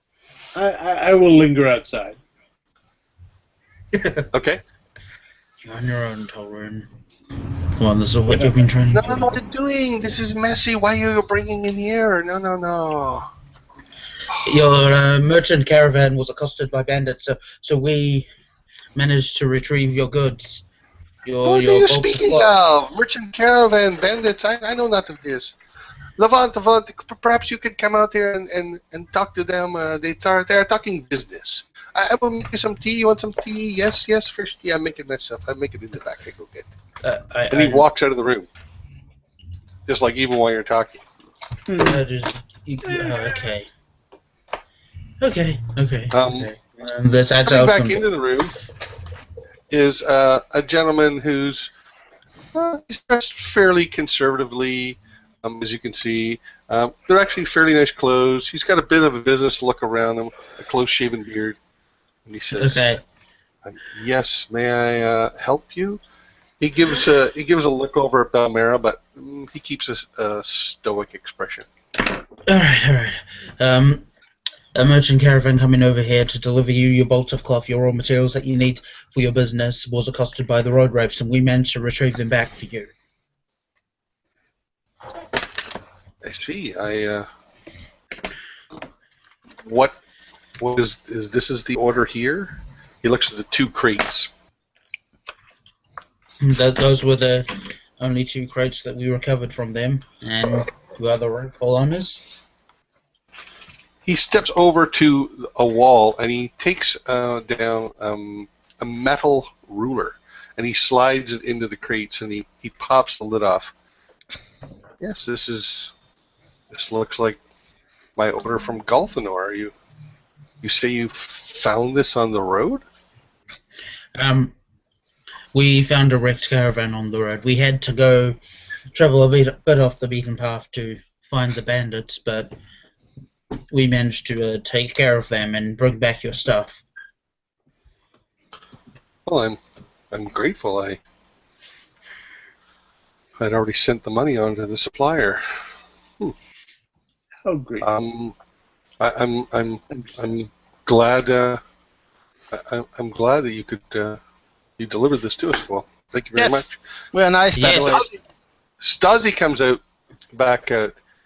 Yes, here I have your tea. He's carrying a silver, well, not a silver serving tray, but he's carrying a serving tray that has several little teacups on it, and there's like tea, and there's a wedge of lemon on the side of each cup, and there's also a fresh cookie, and he hands you each a tea that's on a saucer and a little cup and a cookie. Yes, yeah, I made this tea fresh. You want some, Levant? Yeah, I can make for you. I know you like. Yes, please. Thank you. Thank you, Stasi. Whoever takes the cup. These gentlemen did us a great favor. This was an order from Gulthanor that they retrieved from some bandits. Yes, I am Torun. Great hero to all. Yes, he is the one you helped with the clothes for. You remember? Yes. He is a customer. He is good. Yes. And remember to spread the word of the good deed that I have done here. that we have done here. Blunt says, "I am most grateful to you for the return of the goods, and I assume you will inform the authorities about this robbery." Actually, I did. Yes, I told the guard Bran about this, but we should probably maybe just check in later and make sure Ivan is aware of it. I'm sure Bran would say something. Stasi, you say these gentlemen placed an order? Yes. This one and no, not that one. It was a dollar one. I forget his name. Grim. He wanted the hat. Yeah, and also, Bamela says while she drinks some tea, I also want to place an order. Yes. Stasi comes up. I can make for you. What would you like? I make clothes for women sometimes. Okay. I want. As you can see, my clothes is ruined. So I need some pants. I need some shirts. I also need a hat. Yes, and what is the purpose you want for the clothes? What will you be doing in them? Will you be running and playing? Will you be doing the work? Will you be doing the slashy? You know what? Give me one good set and 2 more durable sets that I can slash in, as you say. Yes, I can make for you. Yes, sure. He runs and he grabs a measuring tape. It's really just a piece of string with the black and white alternating blocks. And he starts taking your measurements. He's holding out your arm, and he doesn't wait for you to position. He just positions it as with your other arm. He spreads your legs a little bit and measures your height and everything else. Yes, I can make for you. Yes. Levant goes over to Stasi. A moment, gentlemen. And he starts whispering to Stasi. The two of you can make me a perception check if you want to try and listen into what he's whispering. Of course not. That would be rude. Yes, it would. So I rolled a 16. Okay, so you hear him asking Stasi how much the bill is that you guys owe for the clothes, plus the clothes you ordered, and you don't hear Stasi's reply, but Levant turns to you and says, "I must offer you some compensation for." The return of the goods, even though I had already paid for them. Your clothes will be at no charge. I will not hear of it. Please allow me to pay for my own clothes. Well, I won't stop you if you insist, but your companion's clothes are free, as well as your tall friend that Stasi mentioned. Yes, Grim. I say when I say name, I say it. Yeah, wherever he is. Yeah, hang on, I'll go get him. I go outside and look after Grim. Stasi says, "Wait! I have the clothes. They are ready. Why give him his clothes? I can give to him if you like. It does not matter. I could give to him." Grim? She calls out. Your clothes is ready. And it's free, but Torun wants to pay for it. No, just take him for free. Okay. Okay, so I go back to I just casually go back to talk to John Ed about some of the places in town we've seen. Yes, free is always better than paying. Yeah. Just remind me, what else did you order along with a hat, Alex? I don't. It was a coat, I think. Yeah, a duster, right? Like a great coat. A highwayman coat, it's called. Kind of, yeah. Okay. All right. So back inside, Stasi is there, and he has a package wrapped up, just like sort of plain brown paper, but it's well wrapped up. It's got a string wrapped around it. It's a fairly thick package of clothing, and on top of it is a hat. Okay. It's a nice leather hat. I'll take that from Your him. clothes are in here. For you, will take me perhaps. I think I could have for you in 2 days. Yes, you could come back. We could have some tea. That's good. Thank you. She'll put the hat on and I go outside to Grim. Wait. Just to be clear, he gives the package with the hat to Talrun. So in that package is Grim's clothes and your clothes, Talrun. And Balmera, he's offering to make your clothes, which will be ready in 2 nights. Time. I get it. Talrun, do you want to offer any money? Yes.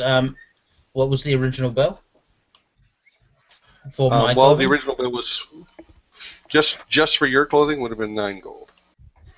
Yeah. So I hand him over 9 crowns. Are you sure about this? It's really not necessary. You did us a favor. I'm absolutely sure. I would hate for you to suffer any financial burden for any at all, even if it doesn't really affect you, right? For what the road race have done. Well, please pass along my gratitude to your friends as well, and you're welcome here in the store anytime. Yes. You come back. I can make for you clothes as you need. We have a little conversation. You're welcome to gratitude and payment enough for Torun. I say, smiling at them. In third They person. tend to leave. Yes. All right. It completely went through his head. So, Balmera, you have ordered your clothes. Talrun comes out with a large package with a hat sitting on top of it. What? It looks very much like the hat you described being ordered, Grim. Okay. I'll step up and I'll snag the hat and I'll place it on my head and kind of look at myself in the window. It's really well made. It's a perfect fit It's comfortable. It's got a wide brim on it. Yeah, I kind of look at myself in the mirror, not the mirror, but the window, and I'll grab the package and tear the top open and drag my coat out. Yeah, and again, it fits fantastically. Like, it's an amazingly comfortable fit. So I do a sort of little twirl in it, let it kind of billow out as I spin. Like, yes. The Batman move. Yeah, exactly. Perfect. And we got it for free. What could be better? You could have a scarf.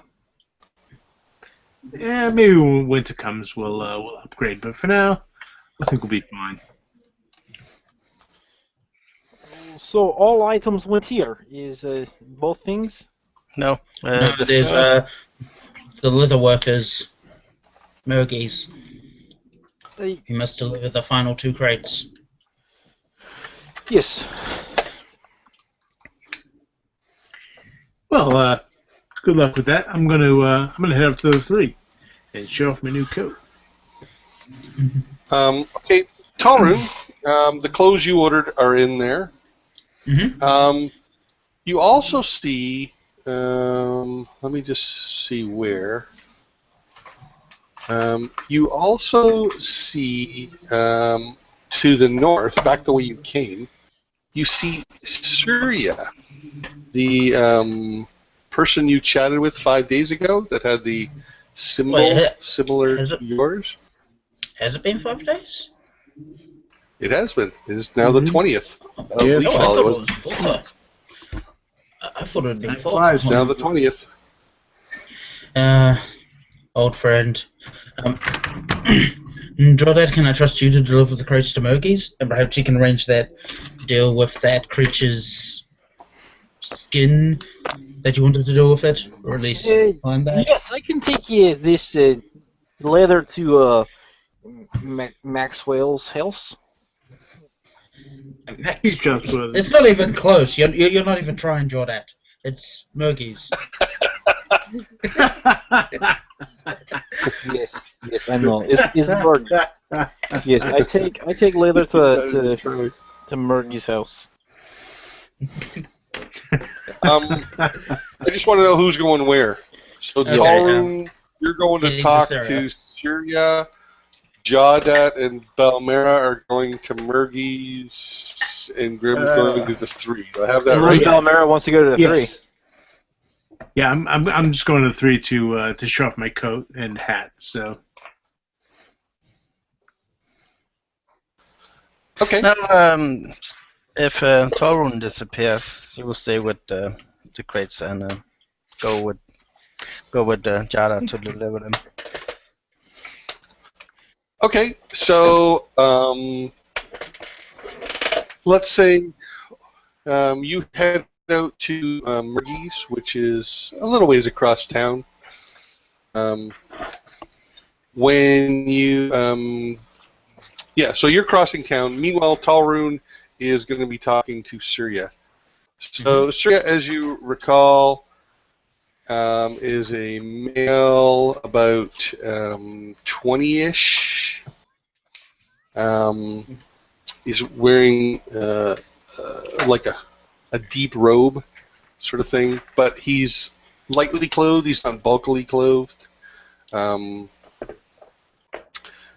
his skin is slightly like Asian colored. I don't know what that color is. People say yellow, and I hate that because I'm colorblind and it doesn't look anything freaking close to yellow to me. But it's not yellow. You're thinking of genres. Like very light. Anyway, you know the color like I mean. Kind of pale. Yeah, sort of golden almost. Yeah. So in any case, that's what he looks like. So he sees you come up and he gives a slight smile. Hello, it is good to see you again. Indeed. Do you have news? Some. I have been home and I have been. Well, there's someone there who wishes to to speak with you. He said you knew him. I had to. I normally don't come back to Crossmeet, but once or every 10 days or so. However, we needed some medicine, and I came right away, and I was given permission to deliver a message from the monastery. There's a person there by the name of Suda who says he knows you. Do you know Suda? Yes. How long has he been? What? Yes, I know that person.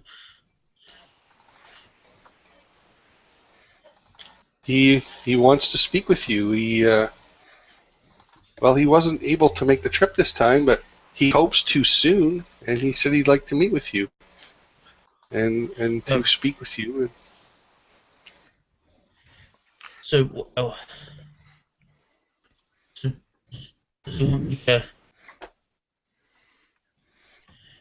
go there, or will he? No, I haven't been given permission to tell you where it is, but he can come visit you. He can come see you. Indeed. When? Soon, if you wish. I will tell him when I get back, and he is able to travel. He's not able to travel right now, unfortunately. He's not feeling well. He's sick? Yes, but I think he'll be okay. Oh, nothing serious then. That is good. So once he gets better, he can come back. Really? What is he doing all the way over here? Perhaps you can ask him yourself. I guess. I don't know why he came to Kurti Gampa.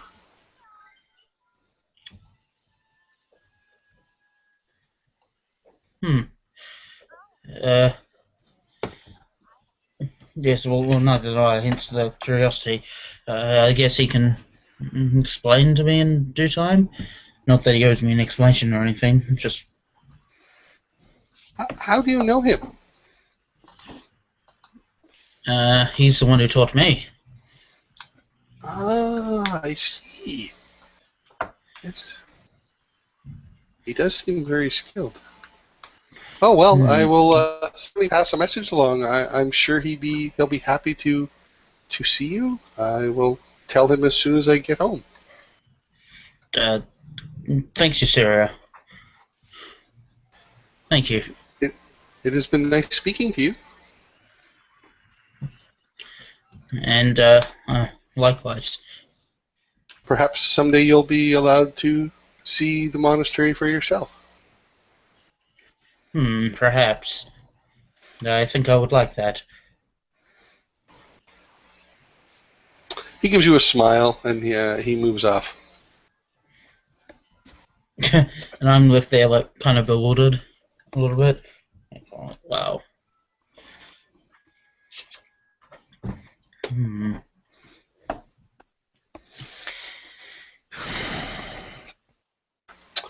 All right, so over at Murgy's, it is a... Go ahead. On the way there, I want to ask Jar something. So, you know that chain from the guards? Mm-hmm.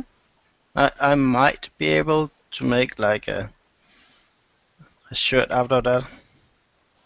Is that something you would like? So you are a leather or a armor smith? Well, it's not difficult. Yes, it is. Well,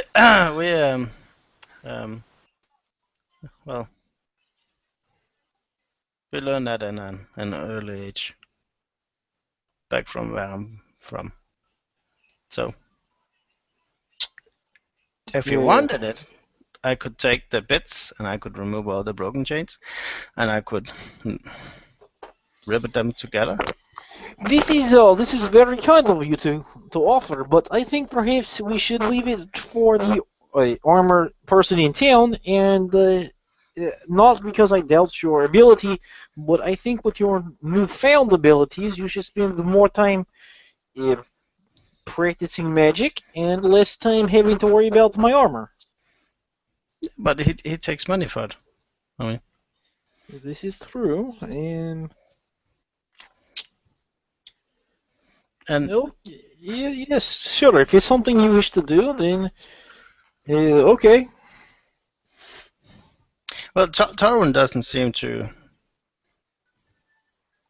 Well, I don't know. Maybe he would like an armor. I don't know. Do you think his? I do not know. I've seen him early in the morning, lots of times, and I do not know if he is the type who is, he relies a lot on moving around. So Yeah, perhaps. Well, I can see what I can do with it, and Yes. if it works out, Then it works out. Then if not, then we will pursue other options.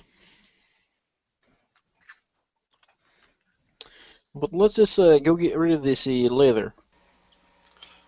All right, it's just Jawdat and Balmera together right now. Talrim stayed behind, correct? Yep. Okay. So when you get to Murgy's place, it's a fairly small shop, but it's got some. You can smell some aromas coming out of it. Aromas which you probably recognize as the tanning of hides and things like that. There's some oils and other chemicals that have to be applied to. I'm not very well versed in this, but I know there's oils and other liquids that have to be put to them to get to dry them out properly and stretch them out. And in fact, in back of the shop, you can see racks where he's got hides and things stretched out, being shaped, hammered into shape. So the owner himself, Murgy, is a skinny halfling with brown hair and that's not a very good picture of him, and a smile on his face. And he comes up. Yes, can I help you? Wait, don't tell me. He looks at you, Bummer. He says, you're from southeast, right? In Rock area, am I right? I'm Yes. right, aren't I? yes. And she puts down the crates. Huh. We have this for you. And you, wait just a moment. You're a tough one. He walks a circle around you, John. He looks up at you, smiling. The south, the desert, perhaps. Is that where you're Yes. from? Still got it.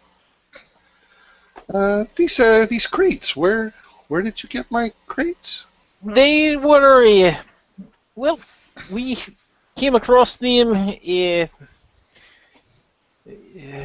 what are they called? Bandits, I believe. He had them. And, well, the bandits were taken care of, and here we are with your crates. Bandits had my crates. Yes. Well, Road wraiths, I believe. he steps inside, he grabs a flat crowbar, and he pops the top off. Huh. This looks like I ordered this from Galthenor a few weeks ago. Well, I'm certainly glad the crates made their way to me.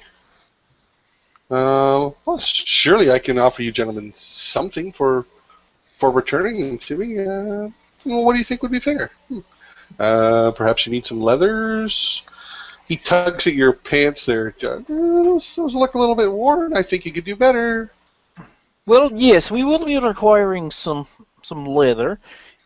What would be fair compensation for returning this? I mean, I would think that this amount of leather shipped from Galthenor. What sort of leather clothing would you like? I can make you pants, a cloak. I can even do some leather armor if you like. My wife, she makes fine fur coats. I could offer you a lower-end fur jacket, perhaps. Perhaps a fur scarf for the coming winter. I would like a fur cloak. fur cloak. Well, I could offer you one at a reasonable price. An entire fur cloak would be. Well, you did just offer someone my size a fur jacket, which would require Well, a probably the small same amount of fur as a cloak for her. So the cloak for her and the crates for you, and nothing for myself. This is okay. If not, I can take He crates back with smiles. He us claps his and. hands. He smiles. He claps his hands. Done. That's fair. What I like you. would that cloak You're the be? adventurers in town. I've been hearing about you. Yes, I like speaking of adventurers in Good for town, business, and you do good for town. speaking of adventurers in town, I do have a shipment of my own private stock of exotic leathers and hide coming in, and I was told, little birdie in my ear says that you are a person to talk to about anything that is to be made of quality with leather. That's true. And You heard right. this leather is shall be arriving shortly. It is a very difficult to come by leather, and is something that I, as representative of my family from South, would entrust to your artistic hands for the crafting. And of course, we would say, name who crafted items, and the remainder would be yours to do with what you will. Yes. Yeah. Now we don't have to decide particulars right now because I do not know exactly how much leather I'll be receiving. But when it gets here, I would like you to do this for me, unless you can recommend someone who is better. Oh, I see what you tried to do. Very smart. So let's say the cloak for the crates. That's a done deal. And you bring by this exotic leather shipment you say you have coming in. I'll take a look, and we'll make an agreement then and there. What does that say? What do you say? He holds up his hand to you. He's holding his arm almost straight over his head to try This sounds very good, and of course, because I am not sure of your work, I will be judging it based on cloak. And I reach over and shake his hand. Well, my wife makes the cloak, but I stand by her work as well. She's This quite is good at what good. she does. Family business.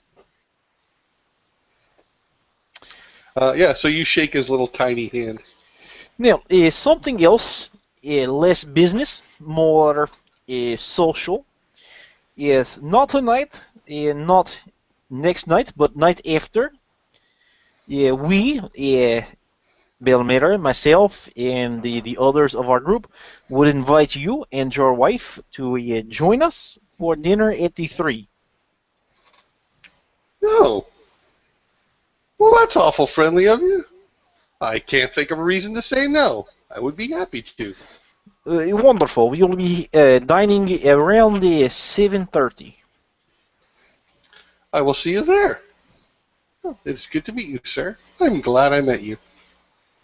What a nice person. Person. Again with the person. So, Mergy, is it? Yes. Oh, I didn't catch your name. Belmira. Ah, I would like to, if you make boots, order some boots as well. of course. And maybe you could make a.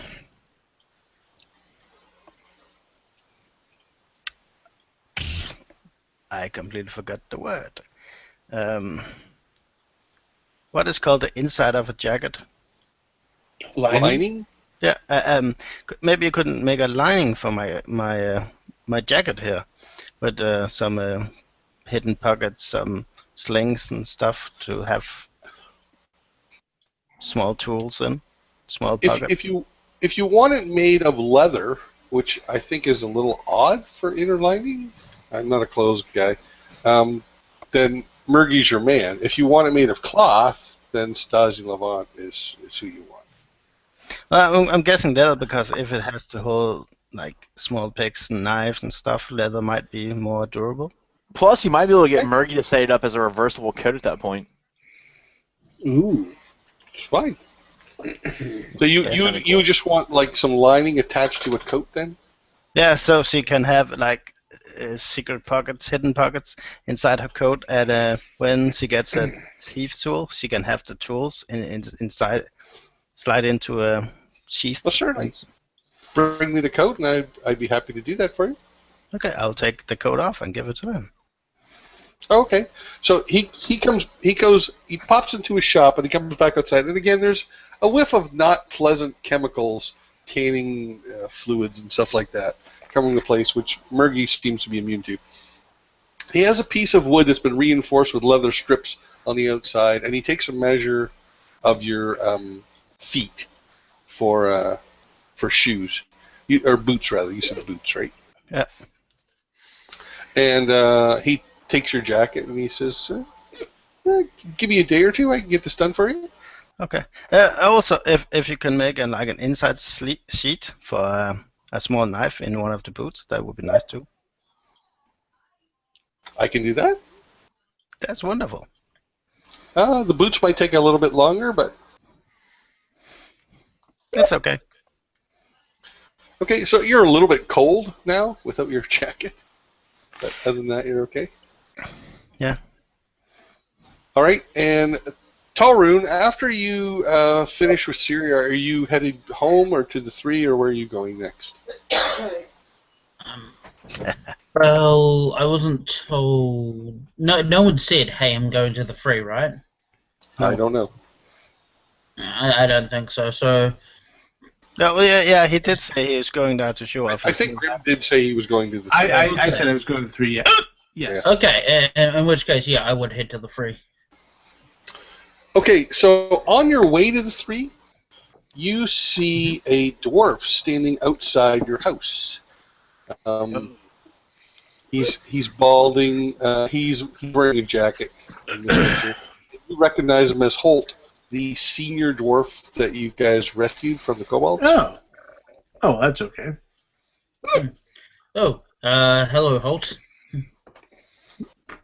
Greetings to you. Those cupboards working all right? Yeah. They gave me this to bring to you. He drops a sack heavily onto the ground in front of your door, and he also sets down this very crude-looking wooden bowl, like a large wooden bowl with a piece of cloth over top. He sets that down. What you want with this, I'll never know, but it is yours with my dear health or whatever the hell that is. Okay. I open the door and I put the sack inside and the bowl on the bench, table, I guess. Do you want to look inside either? I am, but no, volunteer. Well, I'll say goodbye to him first. Yeah, he leaves. Goodbye. Okay, yeah. all right. Yeah, I look into the sack. Is it what I expect? It's full of poisonous asps that bite you. No, I knew it. Inside, you see this grayish chitney hide that's it's a little bit shredded in places, and it's not all one piece. It's probably like 4 or 5 hunks of this stuff. And it is the hide from the carrying. and I slowly lift the cloth off the bowl. All right, so you smell before you see the contents, and it's this bluish gray goo. I don't remember anyone else wanting a blue-grey goo. I said, I think I remember that. Did anyone order some blue goo? Yeah, the delivery guy thinks we ordered some blue goo. I don't think we... Okay. I will put it down and hope no one eats it or whatever. What time of the day is it? Well, how about we say it's 12:15 here, so how about we say you all end up at the 3 after returning Murgy's goods, Stas and Levant's goods, you've got your clothes, Mhm. and you all wind up at the 3, and we'll pick her up right there next time we play. Alright, Okay. cool. Okay, sounds thanks everybody who watched tonight. Like, subscribe, and comment, especially the comments. Yeah. And we'll see y'all next week. Uh-huh. Bye.